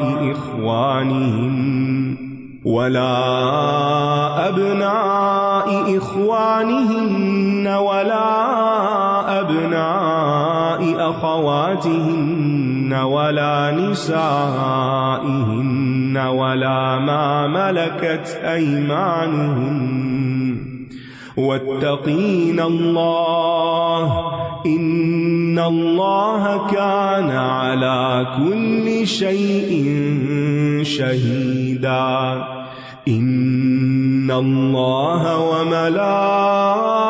وملائكته يصلون على النبي يا أيها الذين آمنوا صلوا عليه وسلموا تسليما إن الذين يؤذون الله ورسوله لعنهم الله في الدنيا والآخرة وأعد لهم عذابا مهينا والذين يؤذون المؤمنين والمؤمنات بغير ما اكتسبوا فقد احتملوا بهتانا وإثما مبينا۔ اے لوگو جو ایمان لائے ہو، تم نبی کے گھروں میں داخل نہ ہوا کرو جب تک کہ تمہیں اجازت نہ دی جائے، خصوصاً کھانے کی تیاری کا انتظار نہ کرتے رہو، لیکن جب تمہیں دعوت دی جائے تو آ جاؤ، پھر جب کھانا کھا چکو تو منتشر ہو جاؤ اور باتوں میں مشغول نہ ہو جایا کرو، بے شک یہ بات نبی کو تکلیف دیتی ہے تو وہ تم سے شرماتے ہیں اور اللہ حق بات سے نہیں شرماتا، اور جب تم ان سے کوئی چیز مانگو تو پردے کے پیچھے سے مانگو، یہ بات تمہارے دلوں اور ان کے دلوں کے لیے زیادہ پاکیزہ ہے، اور تمہارے لیے جائز نہیں کہ تم اللہ کے رسول کو تکلیف دو، اور نہ یہ جائز ہے کہ تم آپ کے بعد آپ کی بیویوں سے کبھی نکاح کرو، بے شک یہ بات اللہ کے نزدیک بہت بڑی ہے۔ اگرچہ یہ سارے احکامات نبی صلی اللہ علیہ وسلم کے گھرانے کے لیے دیے جا رہے ہیں، کیونکہ آپ کا گھرانہ ہمارے لیے ایک نمونہ ہے، تو اس سے ہمیں بھی سیکھنا چاہیے کہ کسی کے گھر میں داخل ہونے کے آداب کیا ہیں۔ بغیر اجازت، بغیر اطلاع مت جائیں، کوئی کھانے کی دعوت دے تو قبول بھی کریں، اور جس وقت بلایا جائے اسی وقت جائیں، پہلے سے جا کے نہ بیٹھ جائیں، اور کھانا کھا کے بھی وہاں بیٹھے نہ رہیں کہ گھر والوں کو گھر سنبھالنے میں مشکل ہو، اور پھر یہ کہ کسی بھی طرح اپنی کسی بھی حرکت سے گھر والوں کے لیے پریشانی کا ذریعہ نہ بنے۔ کھانا کھا کے واپس جانے کا ادب اللہ نے سکھایا ہے، لہذا اس پر عمل کرنا چاہیے۔ بہت سے لوگ جب کھا پی لیتے ہیں، ان کو طاقت آ جاتی ہے، چائے بھی مل جاتی ہے، تو پھر رات دیر تک وہ گپ شپ لگانا چاہتے ہیں، جبکہ دوسروں نے کام پہ بھی جانا ہوتا ہے یا اور بہت سی مصروفیات ہو سکتی ہیں۔ تو اس چیز کا لحاظ رکھنا چاہیے، اپنے وقت کی قدر بھی جانیں اور دوسروں کے وقت کو بھی اہمیت دیں۔ اور پھر آپ دیکھیے کہ اس صورت میں کئی معاشرتی آداب بتائے گئے ہیں کہ عورتوں کا اصل مقام گھر ہے، عورت بلا ضرورت گھر سے باہر نہ رہے، جاہلیت کی طرح زیب و زینت کی نمائش نہ کرے، اور پھر یہ ہے کہ مردوں کے ساتھ بات چیت میں احتیاط برتے، اور پھر یہ کہ اپنے صرف ظاہر کو نہیں بلکہ دل کو بھی پاک رکھے، کیونکہ دلوں کے حال اللہ کو معلوم ہے۔ اور بعض لوگ کہتے کہ پردہ دل کا ہوتا ہے، تو دل پہ پردہ پڑ جانا تو بہت ہی خطرناک ہے، کیونکہ پھر انسان کو کچھ صحیح نظر نہیں آتا۔ تو اللہ نے ظاہر اور باطن دونوں کے لیے حجاب کا حکم رکھا ہے۔ شیطانی خیالات سے دل کو پاک رکھنا چاہیے، اور ایسے کام نہیں کرنے چاہیے کہ جس سے انسان کا دل آلودہ ہو۔ اسی لیے دل کو آلودہ کرنے والی چیزوں میں سے کیا کہ سامنے آ کے بات نہ کرو، ازواج مطہرات کو کرٹن کے پیچھے سے بات کرنے کے لیے کہا گیا تاکہ دلوں کے اندر کوئی چیز نہ جائے، کیونکہ نگاہ جو ہے وہاں سے جو چیز دیکھی جاتی ہے وہ اندر چلی جاتی۔ اگر تم کسی چیز کو ظاہر کرو یا اسے چھپاؤ تو اللہ ہر چیز کو خوب جاننے والا ہے۔ عورتوں پر کوئی گناہ نہیں اپنے باپوں کے سامنے آنے میں، اور نہ اپنے بیٹوں کے، اور نہ اپنے بھائیوں کے، اور نہ اپنے بھائیوں کے بیٹوں کے، اور نہ اپنی بہنوں کے بیٹوں کے، اور نہ اپنی عورتوں کے، اور نہ اپنے مملوکوں کے، اور اے عورتوں اللہ سے ڈرتی رہو، بے شک اللہ ہر چیز پر خوب گواہ ہے. یعنی ان رشتوں کے سامنے حجاب کے بغیر بھی انسان آ سکتا ہے، اور ہر محرم رشتے کے بارے میں یہی حکم ہے، خواہ وہ نسبی ہو یا رضائی ہو. اور یہاں پر خاص طور پر لا جناح علیہن، یعنی عورتوں کو خصوصی حکم دیا گیا کہ وہ خود اس معاملے کے اوپر توجہ کریں اور احتیاط برتیں. بے شک اللہ اور اس کے فرشتے نبی پر درود بھیجتے ہیں. اے لوگو جو ایمان لائے ہو، تم بھی ان پر درود اور خوب خوب سلام بھیجو. لوگ نبی صلی اللہ علیہ وسلم پر بعض اوقات طعن و تشنیع کرتے، خاص طور پر منافقین. تو اس سے پتہ چلتا ہے کہ ان کی باتوں سے آپ کے مقام پر کوئی فرق نہیں پڑتا، کیونکہ اللہ تعالیٰ نے خود آپ کی تعظیم کا حکم دیا، فرشتے آپ کے لیے دعائیں کرتے ہیں، ایمان والے درود اور سلام بھیجتے ہیں، اور اللہ تعالیٰ نے نبی کی تعظیم کا وہ طریقہ قائم کیا جس سے قیامت تک آپ پر رحمتوں کا نزول ہوتا رہے گا، کیونکہ دعائیں رحمت، سلامتی کی دعائیں آپ کو بھیجی جا رہی ہیں ہر آن. یعنی دنیا میں کوئی وقت ایسا نہیں کہ جس میں کوئی نہ کوئی شخص درود نہ پڑھ رہا ہو. اور پھر یہ ہے کہ صرف زمین پر نہیں بلکہ آسمانوں کے فرشتے بھی آپ کے لیے دعائیں کرتے ہیں. جتنی بڑی قربانی ہوتی ہے نا، اتنا ہی بڑا انعام بھی ہوتا ہے. اور اللہ نے آپ کا ذکر ہمیشہ کے لیے بلند کر دیا. وَرَفَعْنَا لَكَ ذِكْرَكَ. اور آپ پر صلات بھیجنے کے الفاظ جو نماز کے اندر دروشی پڑھتے ہیں وہ بھی ہیں، اور اس کے علاوہ مختصر بھی، اللہم صلی وسلم وبارک علی نبینا محمد، اور صلی اللہ علی رسولہ محمد، یہ بھی پڑھا جا سکتا ہے. اور صلی اللہ علیہ وسلم بھی کمپلیٹ دعا ہے، لیکن خود ساختہ قسم کے لفظ نہیں بولنے چاہیے، جیسے الصلاۃ علیک یا رسول اللہ.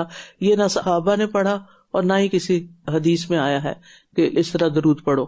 اور رحمت و برکت اللہ ہی کے پاس سے نا، اس لیے ہم ڈائریکٹ تو نہیں دے سکتے کچھ، ہم تو اللہ سے دعا کریں گے، فریاد کریں گے کہ آپ رحمت بھیجیں.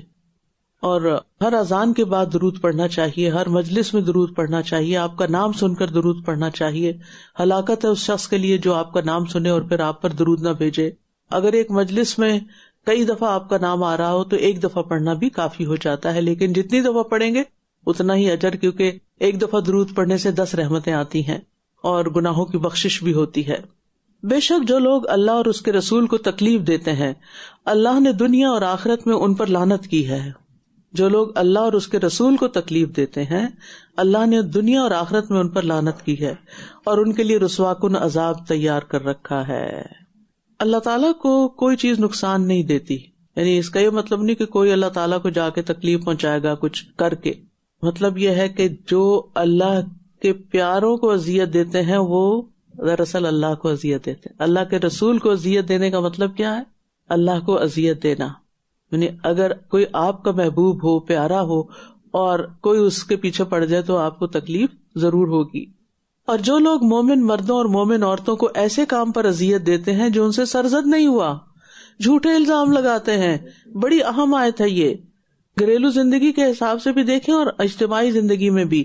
اور جو لوگ مومن مردوں اور مومن عورتوں کو ایسے کام پہ اذیت دیتے ہیں، ایسی بات پہ اذیت دیتے ہیں جو ان سے سرزد نہیں ہوا، تو یقیناً انہوں نے بہتان ترازی اور کھلے گناہ کا بوجھ اٹھا لیا. موجودہ دور میں جھوٹی خبروں کی تشہیر بہت آسان ہو گیا ہے. یعنی جہاں کمیونیکیشن کے ذرائع فاسٹ ہوئے ہیں، وہاں اب آن لائن جھوٹ اور آن لائن غیبت کے مواقع بھی بہت عام ہو گیا، اور آن لائن الزام تراشی. کسی کے بارے میں کوئی بھی جھوٹی بات پھیلا دیں، کون آپ کو پوچھے گا، کون پکڑے گا؟ لیکن اللہ ہے نہ پوچھنے والا. تو بے گناہ پہ الزام لگانا اللہ کے نزدیک بہت بڑا گناہ ہے. کسی کو بھی تکلیف نہ دیں. خلاصہ کیا ہے کہ مومن مردوں اور مومن عورتوں کو تکلیف دینا حرام ہے، اور یہ بڑے گناہوں میں سے ایک گناہ ہے. تکلیف انسان زبان سے بھی دیتا ہے اور ہاتھ سے بھی دیتا ہے. زبان سے ایسی باتیں نہیں نکالنی چاہیے جو دوسرے کے لیے اذیت کا باعث ہو. کچھ لوگوں کو تو اس میں مزہ آتا ہے دوسروں کو ستا کے، اور وہ باتیں تلاش کرتے رہتے ہیں. جیسے بچپن میں بچے کہتے ہیں چھیڑنا، ایک بچہ دوسرے کو چھیڑتا ہے تو وہ رونا شروع ہو جاتا ہے. تو کچھ لوگوں کو مزہ آنے لگتا ہے دوسروں کو چھیڑ کے، رلا کے، اذیت دے کے، لیکن وہ بھول جاتے ہیں کہ کتنا بڑا گناہ ہے. اگر کسی بچے کے اندر ایسی کوئی عادت ہو تو ماں باپ کو فوراً نوٹس لینا چاہیے اور اس بیماری کو آگے نہیں بڑھنے دینا چاہیے. اور یہ نہیں کہ خود بھی ساتھ شامل ہو جائیں اور جو رو رہا ہے اس کا مذاق اڑانے لگے. يا أيها النبي قل لأزواجك وبناتك ونساء المؤمنين يدنين عليهن من جلابيبهن ذلك أدنى أن يعرفن فلا يؤذين وكان الله غفورا رحيما لئن لم ينته المنافقون والذين في قلوبهم مرض والمرجفون في المدينة لنغرينك بهم ثم لا يجاورونك فيها إلا قليلا ملعونين أينما ثقفوا أخذوا وقتلوا تقتيلا سنة الله في الذين خلوا من قبل ولن تجد لسنة الله تبديلا يسألك الناس عن الساعة قل إنما علمها عند الله وما يدريك لعل الساعة تكون قريبا إن الله لعن الكافرين وأعد لهم سعيرا خالدين فيها أبدا لا يجدون وليا ولا نصيرا يوم تقلب وجوههم في النار يقولون يا ليتنا أطعنا الله وأطعنا الرسولا وقالوا ربنا إنا أطعنا سادتنا وكبراءنا فأضلونا السبيلا ربنا آتهم ضعفين من العذاب والعنهم لعنا كبيرا۔ اے نبی اپنی بیویوں اور اپنی بیٹیوں اور مومنوں کی عورتوں سے کہہ دیجئے کہ وہ اپنے اوپر اپنی چادروں کا کچھ حصہ لٹکا لیا کریں، یہ زیادہ قریب ہے کہ وہ پہچان لی جائیں تو وہ ستائی نہ جائیں، اور اللہ بہت بخشنے والا نہایت رحم کرنے والا ہے۔ جلباب سے مراد وہ کپڑا ہوتا ہے جو عام لباس کے اوپر اوڑھا جاتا ہے، جیسے چادر وغیرہ، اور یہاں اللہ تعالیٰ نے یہ حکم خود دیا ہے۔ یعنی بعض لوگ کہتے ہیں کہاں لکھا ہے قرآن میں حجاب کا حکم، اور اگر ہے تو وہ ازواج مطہرات کے لیے تھا، عام عورتوں کے لیے نہیں۔ تو یہاں پر اللہ تعالیٰ مومنوں کی عورتوں کے لیے بھی یہی حکم دے رہے ہیں جو نبی کی ازواج اور بنات کے لیے حکم دیا گیا ہے۔ اور پھر یہ کہ بعض لوگ کہتے ہیں کہ ہم نے اپنے گھر کے کپڑے جو پہنے ہوئے ہیں وہ لانگ ڈریس ہے، ڈھیلا ڈالا ہے، بس اس کے اوپر ہم چھوٹا سا اسکارف لے کے باہر نکل جائیں، نہیں، وہ ڈریس جو جسم کے ساتھ لگا ہوا ہے اس کے اوپر ایک اور پہننا، چاہے وہ آپ گاؤن پہنے، چادر پہنے، کچھ بھی پہنے جس سے آپ کے زیب و زینت والے کپڑے ڈھک جائیں، یہ ضروری ہے۔ لیکن پھر بعض لوگ جب گاؤنز وغیرہ پہنتے ہیں ان کے اوپر اتنی زیب و زینت اختیار کر لیتے ہیں کہ وہ لوگوں کی توجہ کھینچ رہے ہوتے ہیں۔ تو حجاب کا مقصد عورت کی زیب و زینت کی حفاظت ہے، اس کو چھپانا ہے، نہ کہ اس کو ظاہر کرنا۔ اگر منافقین اور وہ لوگ جن کے دلوں میں بیماری ہے اور مدینہ میں غلط افواہیں اڑانے والے باز نہ آئے تو ہم آپ کو ضرور ان پر مسلط کر دیں گے، پھر یہ آپ کی ہمسائیگی میں کم ہی رہ سکیں گے۔ لعنت کیے گئے جہاں کہیں یہ پائے جائیں گے پکڑ لیے جائیں گے اور بری طرح قتل کر دیے جائیں گے۔ مدینہ کے منافقین اور فاسقین جو تھے وہ مسلمانوں کو پریشان کیا کرتے تھے، اور خاص طور پر خواتین کو پریشان کرتے، تو اسی لیے عورت کو پردے کا حکم دیا گیا تاکہ کوئی اس سے کوئی ایسی توقع ہی نہ رکھے اور اس کو ستائے ہی نہ اور اس کو چھیڑے ہی نہ۔ اور پھر ان کو یہاں وعید بھی سنائی گئی ہے، یعنی بعض اوقات چھپی ہوئی ایسی برائیاں اتنی نقصان دہ نہیں ہوتی جتنی دیدہ دلیری سے چلتی عورتوں کو چھیڑنا اور ان کے ساتھ کوئی برا سلوک کرنا۔ ان لوگوں کے معاملے میں جو اس سے پہلے گزر چکے، اللہ کا یہی طریقہ رہا ہے، نہیں پچھلی امتوں میں بھی، اور آپ اللہ کے طریقے میں ہرگز کوئی تبدیلی نہ پائیں گے۔ یعنی پچھلی قوموں کے لیے بھی حکم تھا، اب بھی یہی دیا جا رہا ہے، اور آئندہ بھی اللہ کے حکم میں کوئی تبدیلی نہیں ہوگی. گویا کہ یہ حکم صرف مدینہ والوں کے لیے اس وقت کے لیے نہیں تھا بلکہ قیامت تک کے لیے ہے. یعنی اللہ تعالیٰ کی یہ سنت جاریہ ہے کہ جو لوگ اللہ اور اس کے رسول کے خلاف فساد کریں گے، فتنے پھیلائیں گے، اللہ تعالیٰ ان کو خود ذلیل و خوار کرے گا. لوگ آپ سے قیامت کے بارے میں سوال کرتے ہیں، آپ کہہ دیجئے بے شک اس کا علم تو اللہ ہی کے پاس ہے، اور آپ کو کیا خبر شاید قیامت قریب ہی ہو. یعنی اللہ تعالیٰ نے اس کا علم اپنے نبی کو بھی نہیں دیا، اور کفار جو تھے وہ نبی صلی اللہ علیہ وسلم سے بطور مذاق قیامت کے بارے میں پوچھتے تھے. بے شک اللہ نے کافروں پر لعنت کی ہے اور ان کے لیے بھڑکتی ہوئی آگ تیار کر رکھی ہے. استغفر اللہ. یعنی اسلام کا مذاق اڑانا یا فضول سوال کرنا یا اذیت دینا، اس کا نتیجہ لعنت ہوتا ہے، یا اللہ کی رحمت سے دوری کی وجہ سے انسان کے اندر یہ اخلاق پیدا ہوتے ہیں. یہ اس میں ہمیشہ ہمیشہ رہنے والے ہیں، وہاں یہ اپنا کوئی دوست اور مددگار نہ پائیں گے. خالدین فیہا ابدا کا لفظ قرآن میں اہل جنت کے لیے 8 بار اور جہنم والوں کے لیے 3 بار آیا ہے، اور یہ بھی اللہ کی رحمت پر دلیل ہے. اس دن ان کے چہرے آگ میں الٹ پلٹ کیے جائیں گے. یہ کہیں گے اے کاش کہ ہم نے اللہ کی اطاعت کی ہوتی اور رسول کی اطاعت کی ہوتی. چہرے کو کیوں خاص کیا گیا؟ کیونکہ چہرے پر ہر چیز کا اثر زیادہ ہوتا ہے، چہرہ نازک زیادہ ہوتا ہے، اس میں ہونٹوں پہ کچھ لگے آپ دیکھیں، یا آنکھوں پہ کچھ لگے، یا ناک پہ کچھ لگے تو زیادہ اذیت کا باعث ہوتا ہے. اور یہ کہیں گے اے ہمارے رب، ہم نے اپنے سرداروں اور بڑوں کی اطاعت کی تو انہوں نے ہمیں اصل راستے سے بھٹکا دیا. اپنے دین کے ساتھ کسی کو بھی کھیلنے کی اجازت نہ دیں، چاہے کوئی بڑا ہی آپ کو دین سے روکے اس کی بات نہیں مانے، کیونکہ وہ تو اللہ کے برابر آ رہا ہے. اے ہمارے رب، انہیں دگنا عذاب دے اور ان پر بہت بڑی لعنت فرما. تو انسان ہمیشہ عقل سمجھ سے کام لے اور کسی گمراہ کرنے والے کی بات پر کان نہ دھرے. یا ایھا الذین آمنوا لا تکونوا کالذین آذوا موسیٰ فبرأہ اللہ مما قالوا وکان عند اللہ وجیہا. یا ایھا الذین آمنوا اتقوا اللہ وقولوا قولا سدیدا يصلح لكم أعمالكم ويغفر لكم ذنوبكم ومن يطع الله ورسوله فقد فاز فوزا عظيما.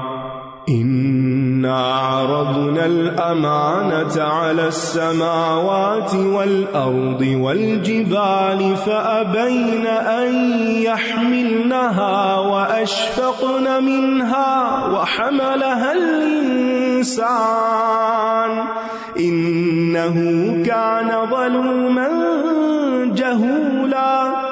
ليعذب الله المنافقين والمنافقات والمشركين والمشركات ويتوب الله على المؤمنين والمؤمنات وكان الله غفورا رحيما. اے لوگوں جو ایمان لائے ہو، تم ان لوگوں کی طرح نہ ہو جانا جنہوں نے موسیٰ کو اذیت دی. تو جو بات انہوں نے کہی تھی اللہ نے اسے اس سے بری کر دیا، اور اللہ کے نزدیک وہ بہت باعزت تھا. سورت کے آغاز سے ہی منافقین کی اذیتیں دینے کا ذکر کیا گیا ہے، جو نہ صرف آپ کو دیتے تھے اذیت بلکہ آپ کی ازواج کے لیے بھی اذیت کا باعث تھے. تو سورت کے آخر میں پھر ایمان والوں کو کیا حکم دیا جا رہا ہے کہ تم دوسروں کو اذیت دینے والے نہ بننا، جیسا کہ بنی اسرائیل اپنے نبی کے لیے باعث اذیت بنے. جس انسان کے اندر ایمان ہوتا ہے وہ اپنے ہر قول اور فعل پر نظر رکھتا ہے کہ میری کوئی بات دوسروں کے لیے تکلیف کا باعث نہ بنے. اس کے اندر ایک حیا ہوتا ہے، کیونکہ ایمان کے ساتھ حیا بھی آتا ہے. اس کے اندر ایک شرم ہوتی ہے کہ وہ دوسروں کو منہ پھٹ ہو کے بات نہیں کرتا، تکلیف نہیں دیتا. اور پھر آپ دیکھیے کہ کس طرح اللہ تعالیٰ نے موسیٰ علیہ السلام کو بری کیا. اس میں خوشخبری ہے کہ اگر کسی پر کوئی جھوٹا الزام لگتا بھی ہے تو اللہ سبحانہ وتعالیٰ کے سپرد کر دے معاملہ، اللہ سبحانہ وتعالیٰ خود اس کی صفائی کر دیں گے، تردید کر دیں گے. موسیٰ علیہ السلام کی عزت اور مقام بھی پتہ چل رہا ہے کہ بہت معزز تھے، اللہ کے نزدیک مستجاب الدعوات تھے، جو دعائیں کرتے تھے وہ قبول ہو جاتی تھی. اے لوگوں جو ایمان لائے ہو، اللہ سے ڈرو اور بالکل سیدھی بات کیا کرو. یہ مومنوں کے لیے حکم ہے کہ تقوی کے ساتھ ساتھ بات بالکل صاف سیدھی سچی اور اچھی بولا کریں، درست بات کریں، انصاف کی بات کریں، سیدھی بات کریں. گفتگو کرنے کا ایک طریقہ درست ہوتا ہے اور ایک بے فائدہ ہوتا ہے.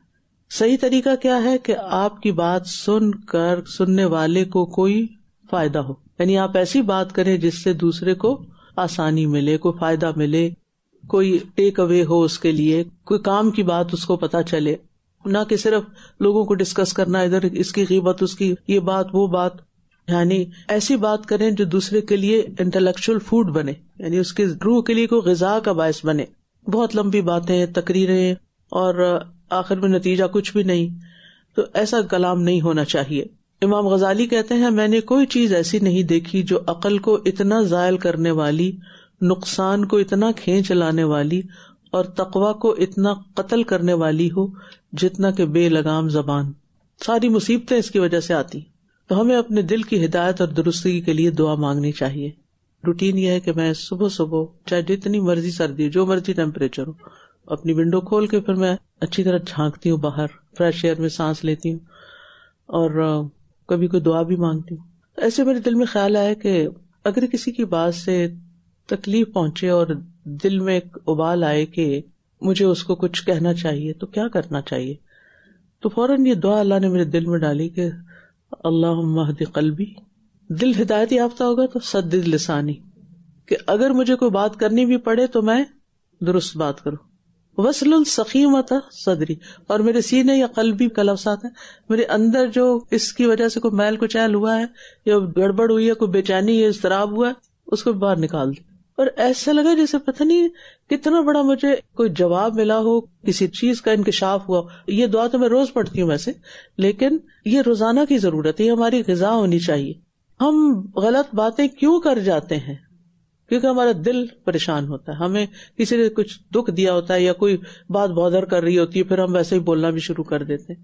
جب دل میں ہدایت آ جائے گی نا، واقعی ہدایت، تو پھر زبان بھٹکے گی نہیں، اور پھر جب زبان نہیں پھسلے گی تو دل کے اندر بے چینی بھی نہیں پیدا ہوگی. بہت سی ہماری دل کی بے چینیاں ہماری اپنی غلط باتوں کی وجہ سے پیدا ہوتی ہیں. تو بہت ہی خوبصورت دعا ہے، مسائل کا حل ہے یہ دعا. وہ تمہارے لیے تمہارے اعمال کی اصلاح کر دے گا، حالات ہی درست ہو جائیں گے، اور تمہارے گناہوں کو بخش دے گا. اور جو اللہ اور اس کے رسول کی اطاعت کرے تو یقیناً اس نے بہت بڑی کامیابی حاصل کر لی. یعنی سیدھی بات کرنے سے باہمی معاملات بھی درست ہو جاتے ہیں، تعلقات بھی اچھے ہو جاتے ہیں. تو دل اور زبان میں سچائی اختیار کرنے کا یہ فائدہ ہے کہ اللہ تعالیٰ نیک اعمال کی بھی توفیق دے گا، پچھلے گناہ معاف کر دے گا، اور آئندہ کے لیے بھی استغفار کی توفیق دے گا.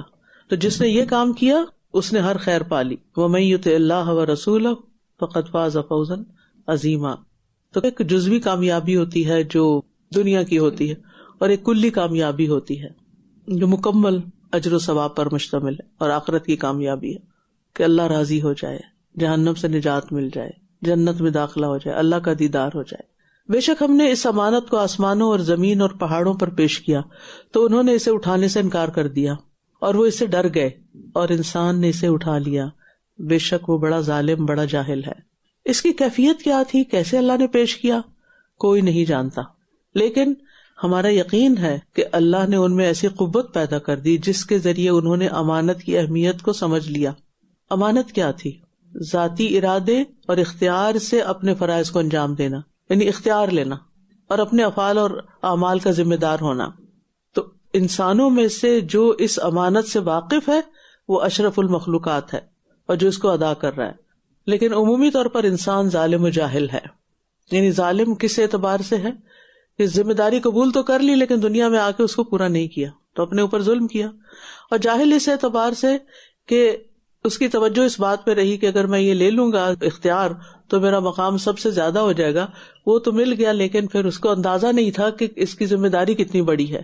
یہ ایسے ہی ہوتا ہے نا کہ امانت کی تو بات الگ ہے، لیکن کوئی بھی ذمہ داری قبول کرتے ہوئے لوگ عموماً بڑا خوش ہوتے ہیں کہ ہمیں کوئی رتبہ ملا ہے، کوئی منصب، کوئی عہدہ، کوئی ڈیزگنیشن. یہ عموماً لوگوں کے لیے بڑی خوشی کی بات ہوتی ہے، لوگ اس کو سیلیبریٹ بھی کرتے ہیں، لیکن وہ بھول جاتے ہیں کہ اس کی ذمہ داری کتنی بڑی ہے اور اس کے بارے میں جواب دہی کتنی بڑی ہے. تو ہم سب کو اپنی امانتوں اور ذمہ داریوں کو پورا کرنے کی کوشش کرنی چاہیے اور اپنے آپ کو ظالم ہی سمجھنا چاہیے. اگر نہ سمجھے تو یہ بھی ایک ظلم ہے اپنے اوپر. ظلم کیا ہے؟ کسی کو اس کا حق نہ دینا. جب ذمہ داری ادا نہیں ہوتی تو ظلم ہی ہوتا ہے نا. تو پھر ایسے میں کیا کرنا چاہیے جب انسان توبہ ہی کرتا رہتا ہے؟ تاکہ اللہ منافق مردوں اور منافق عورتوں اور مشرک مردوں اور مشرک عورتوں کو عذاب دے، اور اللہ مومن مردوں اور مومن عورتوں پر مہربان ہو جائے، اور اللہ بہت بخشنے والا نہایت رحم کرنے والا ہے.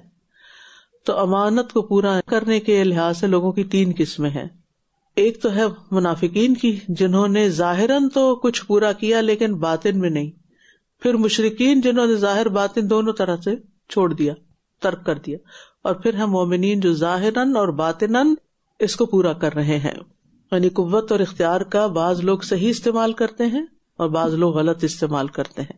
اور انسانوں کی اکثریت ظالم و جاہل ہے جو اپنے اختیارات کو صحیح استعمال نہیں کرتی. تو اب ہونا تو یہ چاہیے نا کہ جو صحیح استعمال کرے اس کو پھر کوئی ریوارڈ بھی دیا جائے، اور جو نہ کرے اس کے لیے کوئی سزا بھی ہونی چاہیے.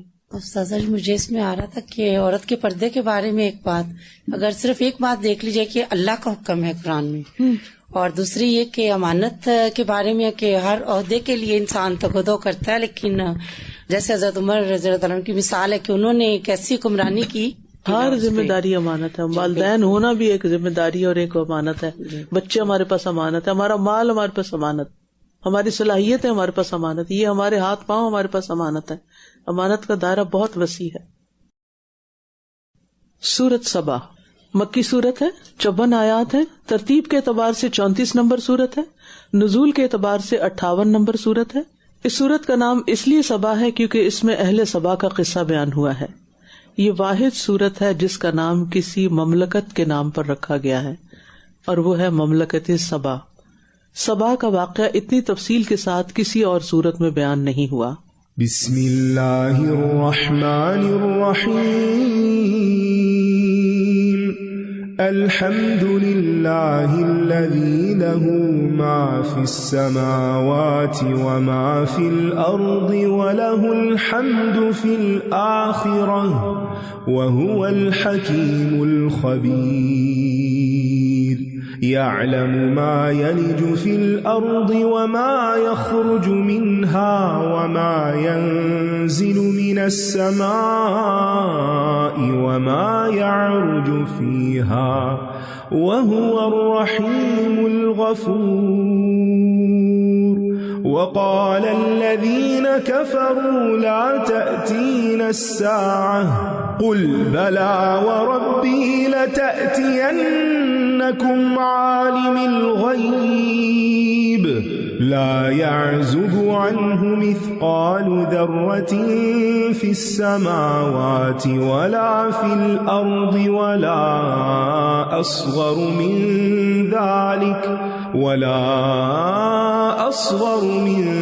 ذلك ولا أكبر إلا في كتاب مبين.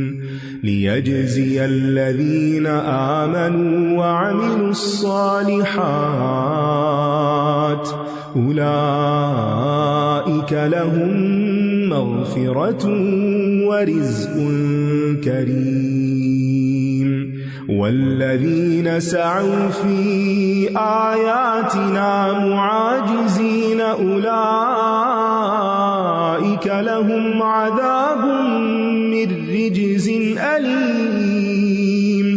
ويرى الذين أوتوا العلم الذي أنزل إليك من ربك هو الحق ويهدي إلى صراط العزيز الحميد.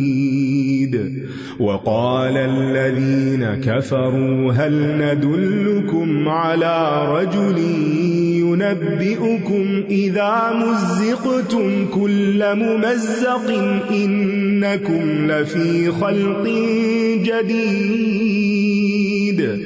أفترى على الله كذبا أم به جنة بل الذين لا يؤمنون بالآخرة في العذاب والضلال البعيد. أفلم يروا إلى ما بين أيديهم وما خلفهم من السماء والأرض إن نشأ نخسف بهم الأرض أو نسقط عليهم كسفا من السماء إن في ذلك لآية لكل عبد منيب. بسم اللہ الرحمن الرحیم. سب تعریفیں اس اللہ کے لیے ہیں جس کی ملکیت میں وہ سب کچھ ہے جو آسمانوں اور زمین میں ہے، اور آخرت میں بھی سب تعریفیں اسی کے لیے ہیں، اور وہ خوب حکمت والا، خوب باخبر ہے. سورۃ سبا ان 5 سورتوں میں سے ہے جن کا آغاز الحمدللہ سے ہوا ہے. ابتدا میں ہی اللہ کی تعریف کی گئی ہے، کس بنا پر کہ ہر چیز کا مالک وہ ہے. حمد توحید کے بغیر نامکمل ہوتی ہے. حمد میں خوبیوں کی وجہ سے کسی کی تعریف کی جاتی ہے، کیونکہ خوبی نہ ہو تو تعریف کیسی. لیکن حمد میں محبت اور تعظیم بھی شامل ہوتی ہے.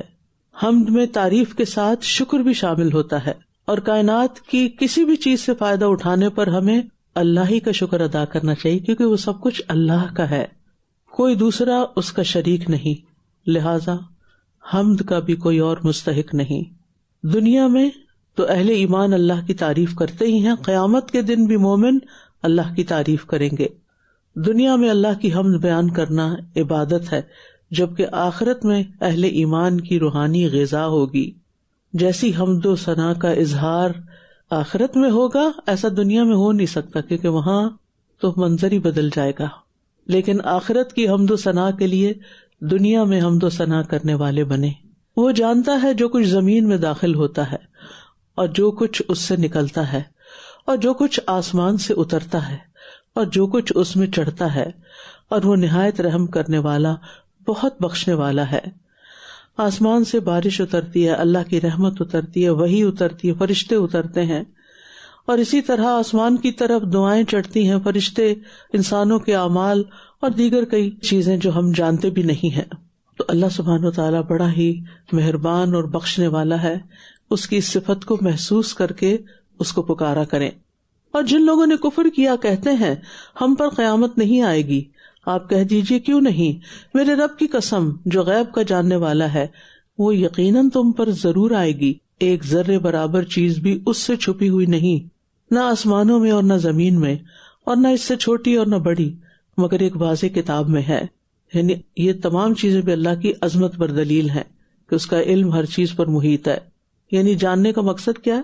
تاکہ وہ ان لوگوں کو جو ایمان لائے اور انہوں نے نیک عمل کیے اچھا بدلہ دے.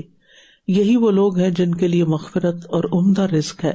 اعمال جتنے بھی اچھے کر لیں، انسان غلطیوں سے پاک نہیں ہو سکتا، اس لیے مسلسل بخشش کی ضرورت ہے.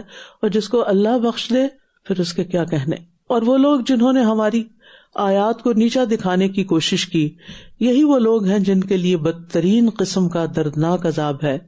اور وہ لوگ جنہیں علم دیا گیا وہ دیکھ لیں گے کہ جو کچھ آپ پر آپ کے رب کی طرف سے اتارا گیا ہے وہ سراسر حق ہے، اور وہ زبردست خوب تعریف والے رب کے راستے کی طرف رہنمائی کرتا ہے. اور جن لوگوں نے کفر کیا کہتے ہیں کیا ہم تمہیں اس شخص کے بارے میں بتائیں جو تمہیں خبر دیتا ہے کہ جب تم پوری طرح ریزہ ریزہ کر دیے جاؤ گے تو بے شک تم ضرور ایک نئی پیدائش میں ہوگے. اس دور میں بھی لوگ مذاق اڑاتے تھے، آج بھی دین اور دین والوں کا مذاق اڑاتے ہیں، اور یہ مذاق اڑانا ہی گمراہ لوگوں کی بد اخلاقی میں سے ہے. کیا اس نے اللہ پر جھوٹ گڑھ لیا؟ یہ اسے جنون لاحق ہے. بلکہ وہ لوگ جو آخرت پر ایمان نہیں لاتے وہ عذاب میں اور بہت دور کی گمراہی میں ہیں. تو کیا انہوں نے اس کی طرف نہیں دیکھا جو آسمان اور زمین میں ان کے آگے اور پیچھے ہے؟ اگر ہم چاہیں تو انہیں زمین میں دھنسا دیں یا ہم ان پر آسمان سے کچھ ٹکڑے گرا دیں، بے شک اس میں ہر رجوع کرنے والے بندے کے لیے ضرور ایک نشانی ہے. یعنی آخرت کے منکرین کی ایک بڑی وجہ کیا ہے کہ وہ زمین میں غور و فکر نہیں کرتے، اپنے آگے پیچھے نہیں دیکھتے، ورنہ وہ اللہ کی قدرت کو محسوس کرتے کہ جس نے یہ سب کچھ زمین و آسمان بنایا ہے وہ انسان کو دوبارہ پیدا کرنے پر بھی قادر ہے، وہ عذاب اور قیامت لانے پر بھی قادر ہے. لیکن جو رجوع نہیں کرتا اور جو اللہ کی طرف نہیں پلٹتا ان کو ان آیات سے کوئی فائدہ نہیں ہوتا، کیونکہ عبد منیب ہی نشانیوں سے فائدہ اٹھاتا ہے، منکر نہیں. وَلَقَدْ آتَيْنَا دَاوُودَ مِنَّا فَضْلًا يَا جِبَالُ أَوِّبِي معه والطير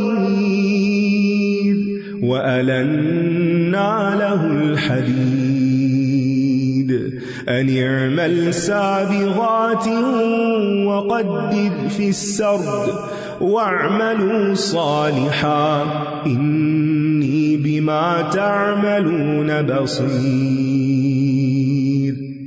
ولسليمان الريح غدوها شهر ورواحها شهر وأسلنا له عين القطر ومن الجن من يعمل بين يديه بإذن ربه ومن يزغ منهم عن أمرنا نذقه من عذاب السعير يعملون له ما يشاء من محاريب وتماثيل وجفان كالجواب وقدور الراسيات اعملوا آل داود شكرا وقليل من عبادي الشكور فلما قضينا عليه الموت ما دلهم على موته إلا دابة الأرض تأكل من سأته فلما خر تبينت الجن أن لو كانوا يعلمون الغيب ما لبثوا في العذاب المهين لقد كان لسبإ في مسكنهم آية جنتان عن يمين وشمال كلوا من رزق ربكم واشكروا له بلدة طيبة ورب غفور فأعرضوا فأرسلنا عليهم سيل العرم وبدلناهم بجنتيهم جنتين ذواتي أكل خمط وأثل وشيء من سدر قليل ذلك جزيناهم بما كفروا وهل نجازي إلا الكفور وجعلنا بينهم وبين القرى التي باركنا فيها قرى ظاهرة وقدرنا فيها السير سيروا فيها ليالي وأياما آمنين فقالوا ربنا باعد بين أسفارنا وظلموا أنفسهم فجعلناهم أحاديث ومزقناهم كل ممزق إن في ذلك لآيات لكل صبار شكور ولقد صدق عليهم إبليس ظنه فاتبعوه إلا فريقا من المؤمنين وما كان له عليهم من سلطان إلا لنعلم من يؤمن بالآخرة ممن هو منها في شك وربك على كل شيء حفيظ اور بلا شبہ ہم نے داؤد کو اپنے پاس سے بڑا فضل عطا کیا تھا. اے پہاڑوں اس کے ساتھ تسبیح کیا کرو اور اے پرندوں تم بھی. اور ہم نے اس کے لیے لوہے کو نرم کر دیا. فضل عربی میں زیادتی کو کہا جاتا ہے، ایکسٹرا، اور قرآن پاک کی اصطلاح میں مال، روزی، نبوت، بادشاہت اور علم کے لیے استعمال ہوا ہے. اور عام طور پر فضل کا معنی یہ لیا جاتا ہے کہ اے اللہ جس چیز کے ہم مستحق نہیں، حقدار نہیں، تو اپنے فضل و کرم سے ہمیں وہ عطا فرما. داؤد علیہ السلام کو اللہ تعالیٰ نے عام بادشاہوں کی نسبت بہت سی ایسی چیزیں عطا کی تھیں جو عام لوگوں کو یا عام بادشاہوں کو نہیں ملی. ان میں سے ایک یہ کہ ان کی آواز بہت خوبصورت تھی. پھر یہ کہ دوسری مخلوقات ان کی تسبیحات کے ساتھ مل کر تسبیح کرتی. اللہ نے لوہے کو ان کے ہاتھوں میں نرم کر دیا اور بہت سی چیزوں کو ان کے لیے مسخر کر دیا. اللہ ہر چیز پر قادر ہے. جو رب داؤد علیہ السلام پر فضل فرما سکتا ہے وہ آپ پر بھی فضل فرما سکتا ہے. لہذا کبھی بھی مایوس نہ ہو. یہ کہ کشادہ زرہیں بناؤ اور کڑیاں جوڑتے وقت حلقے ٹھیک انداز پر رکھو اور نیک عمل کیا کرو. دنیا کے کام کرو سارے، اسلحہ بناؤ، لیکن ساتھ عمل بھی نیک، اس کا جائز استعمال بھی. جو عمل تم کرتے ہو میں اسے خوب دیکھنے والا ہوں. اگرچہ یہ حکم داؤد علیہ السلام کے لیے ہے لیکن obviously اس میں ہمارے لیے بھی سبق ہے. داؤد علیہ السلام کے نیک اعمال میں سے ایک یہ تھا کہ وہ اپنے اور اپنے اہل خانہ پر خود کما کر خرچ کرتے تھے. زریں بنا کر ان کی آمدنی سے بسر اوقات کرتے. اور نعمتیں جب بھی انسان کو ملے انسان فوراً نیک عمل کی طرف رغبت کرے، اور جتنی نعمتیں زیادہ ہوں اتنا ہی شکر بھی زیادہ کرے. اور پھر ایک سبق یہاں سے یہ بھی مل رہا ہے کہ صلاحیت رکھنے والوں کو صنعت کاری، انجینئرنگ میں جانا چاہیے، جن کے اندر یہ ایپٹیٹیوڈ ہو. اور اپنے بچوں کو بھی اگر آپ یہ تعلیم دینا چاہیں تو کوئی حرج نہیں، بس اس کے ساتھ ساتھ نیک اعمال کرنے ہیں. یعنی کوئی بھی پیشہ اختیار کرنے سے انسان کا مرتبہ اور فضیلت کم نہیں ہوتی ایز لانگ ایز وہ جائز، حلال، درست ہو. اور سب سے بہترین چیز ہے کہ انسان اپنے ہاتھ سے کمائے اور اسباب اختیار کرے اور کوشش کرے.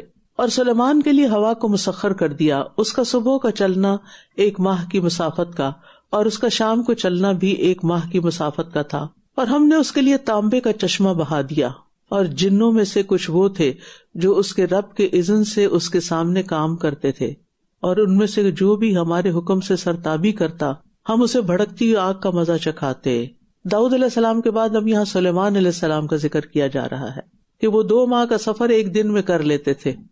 یعنی آج کے دور میں شاید آپ کو یہ بات بہت حیران کن نہ لگے، لیکن اس زمانے میں ہی آپ دیکھیں ابتدا ہو گئی تھی ہوائی سفر کی. وہ ہوائی سفر کرتے تھے، ہوا ان کو لے جاتی تھی. اور داؤد علیہ السلام کے لیے لوہا نرم کیا گیا تو سلیمان علیہ السلام کو وہ نعمت وراثت میں مل گئی. مزید یہ کہ ان کے لیے تانبے کا چشمہ بھی جاری کر دیا گیا، اور اللہ نے اپنے اذن سے ہی جنوں کو ان کے ماتحت کر دیا، ان کے کنٹرول میں کر دیا. وہ اس کے لیے بناتے تھے جو وہ چاہتا تھا، بڑی بڑی عمارتیں اور مجسمے اور حوضوں کی طرح کے لگن اور گڑی ہوئی دیگیں، یعنی لوہے کا کام بھی، عمارتوں کا کام بھی.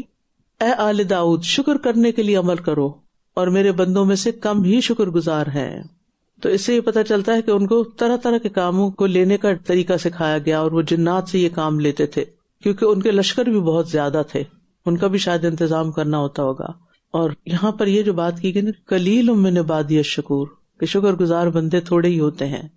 شکر گزاری سے اللہ کے ہاں قدر و منزلت میں اضافہ ہوتا ہے، اللہ کے نزدیک انسان معزز ہوتا ہے. لیکن بہت سے لوگ یہ راز ہی نہیں جانتے کہ شکر ادا کرنے کا کتنا فائدہ ہوگا، کیونکہ ہمارے پاس ایسی ایسی نعمتیں ہیں جن کا ہمیں احساس بھی نہیں، شعور بھی نہیں، تو ان پر بھی شکر ادا کرنا چاہیے کہ جو ہمیں نظر بھی نہیں آتی. اور شکر صرف زبان سے نہیں ہوتا، شکر عملی طور پر بھی ہوتا ہے. تو جس کو شکر کی توفیق مل گئی اس کو بہت بڑی نعمت مل گئی، اور اس توفیق پر بھی شکر کرنا چاہیے، اور اللہ کی اطاعت کرنا ہی اصل شکر گزاری ہوتی ہے. پھر جب ہم نے اس پر موت کا فیصلہ کیا تو جنوں کو اس کی موت کی خبر زمین کے کیڑے یعنی دیمک نے دی جو اس کا عصا کھاتا رہا تھا. پھر جب وہ گر پڑا تو جنوں پر واضح ہو گیا کہ اگر وہ غیب کا علم رکھتے ہوتے تو رسوا کن عذاب میں مبتلا نہ رہتے. یہاں ان کی موت کا خاص تذکرہ کیا جا رہا ہے، یعنی اگر کوئی موت سے بچ سکتا تو عظیم الشان سلطنت کے بادشاہ سلیمان علیہ السلام موت سے بچ جاتے، کیونکہ ایسے لوگوں کی پھر لوگ بہت زیادہ عزت و عظمت کرتے کرتے ان کو رب کا شریک بنا دیتے ہیں.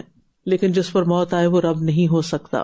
اور پھر یہ کہ جنات کے بارے میں لوگ سمجھتے ہیں کہ ان کو غیب کا علم ہے. جنات کو غیب کا علم نہیں ہے. اگر ہوتا تو وہ سلیمان علیہ السلام کی موت کے بارے میں فوراً جان لیتے.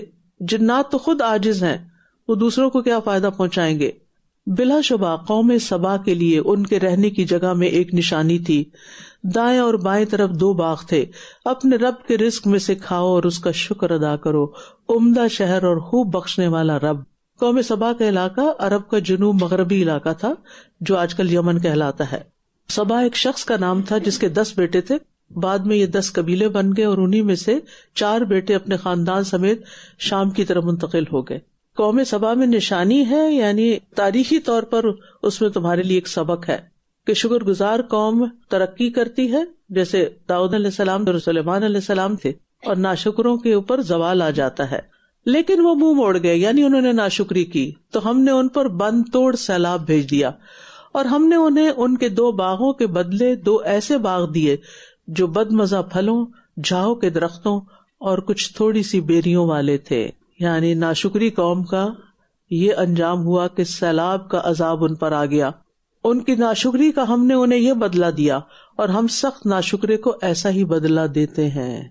تو جب کوئی زوال آئے کسی نعمت کا تو یاد رکھیں، ضرور سوچیں کہ کہیں میں نے کوئی ناشکری تو نہیں کی تھی. اس لیے انسان کو ہمیشہ استغفار کرتے رہنا چاہیے کہ اللہ ہم شکر کا حق ہی ادا نہیں کر سکتے جتنا کرم تو نے ہم پر کیا ہے.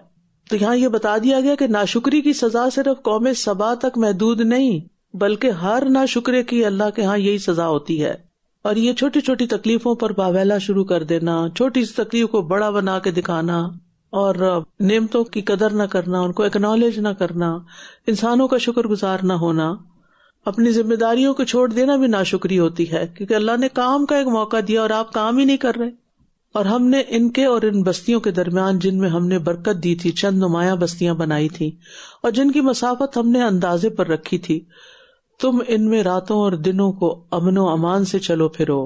یعنی قوم سبا کی ترقی اور خوشحالی کی دوسری وجہ ان کا تجارتی نظام تھا، کمیونیکیشن بہت آسان تھی.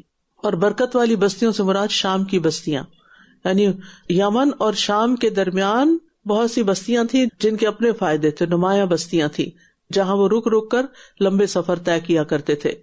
اور ایسی بستیاں جو شاہراہ عام پر ہوتی ہیں اور چھپی ہوئی نہیں ہوتی، ان میں انسان سفر کرتے ہوئے اپنی بہت سی ضروریات پوری کر لیتا ہے. تو انہوں نے کہا ہے ہمارے رب ہمارے سفروں کے درمیان دوری پیدا کر دے، ناشکری.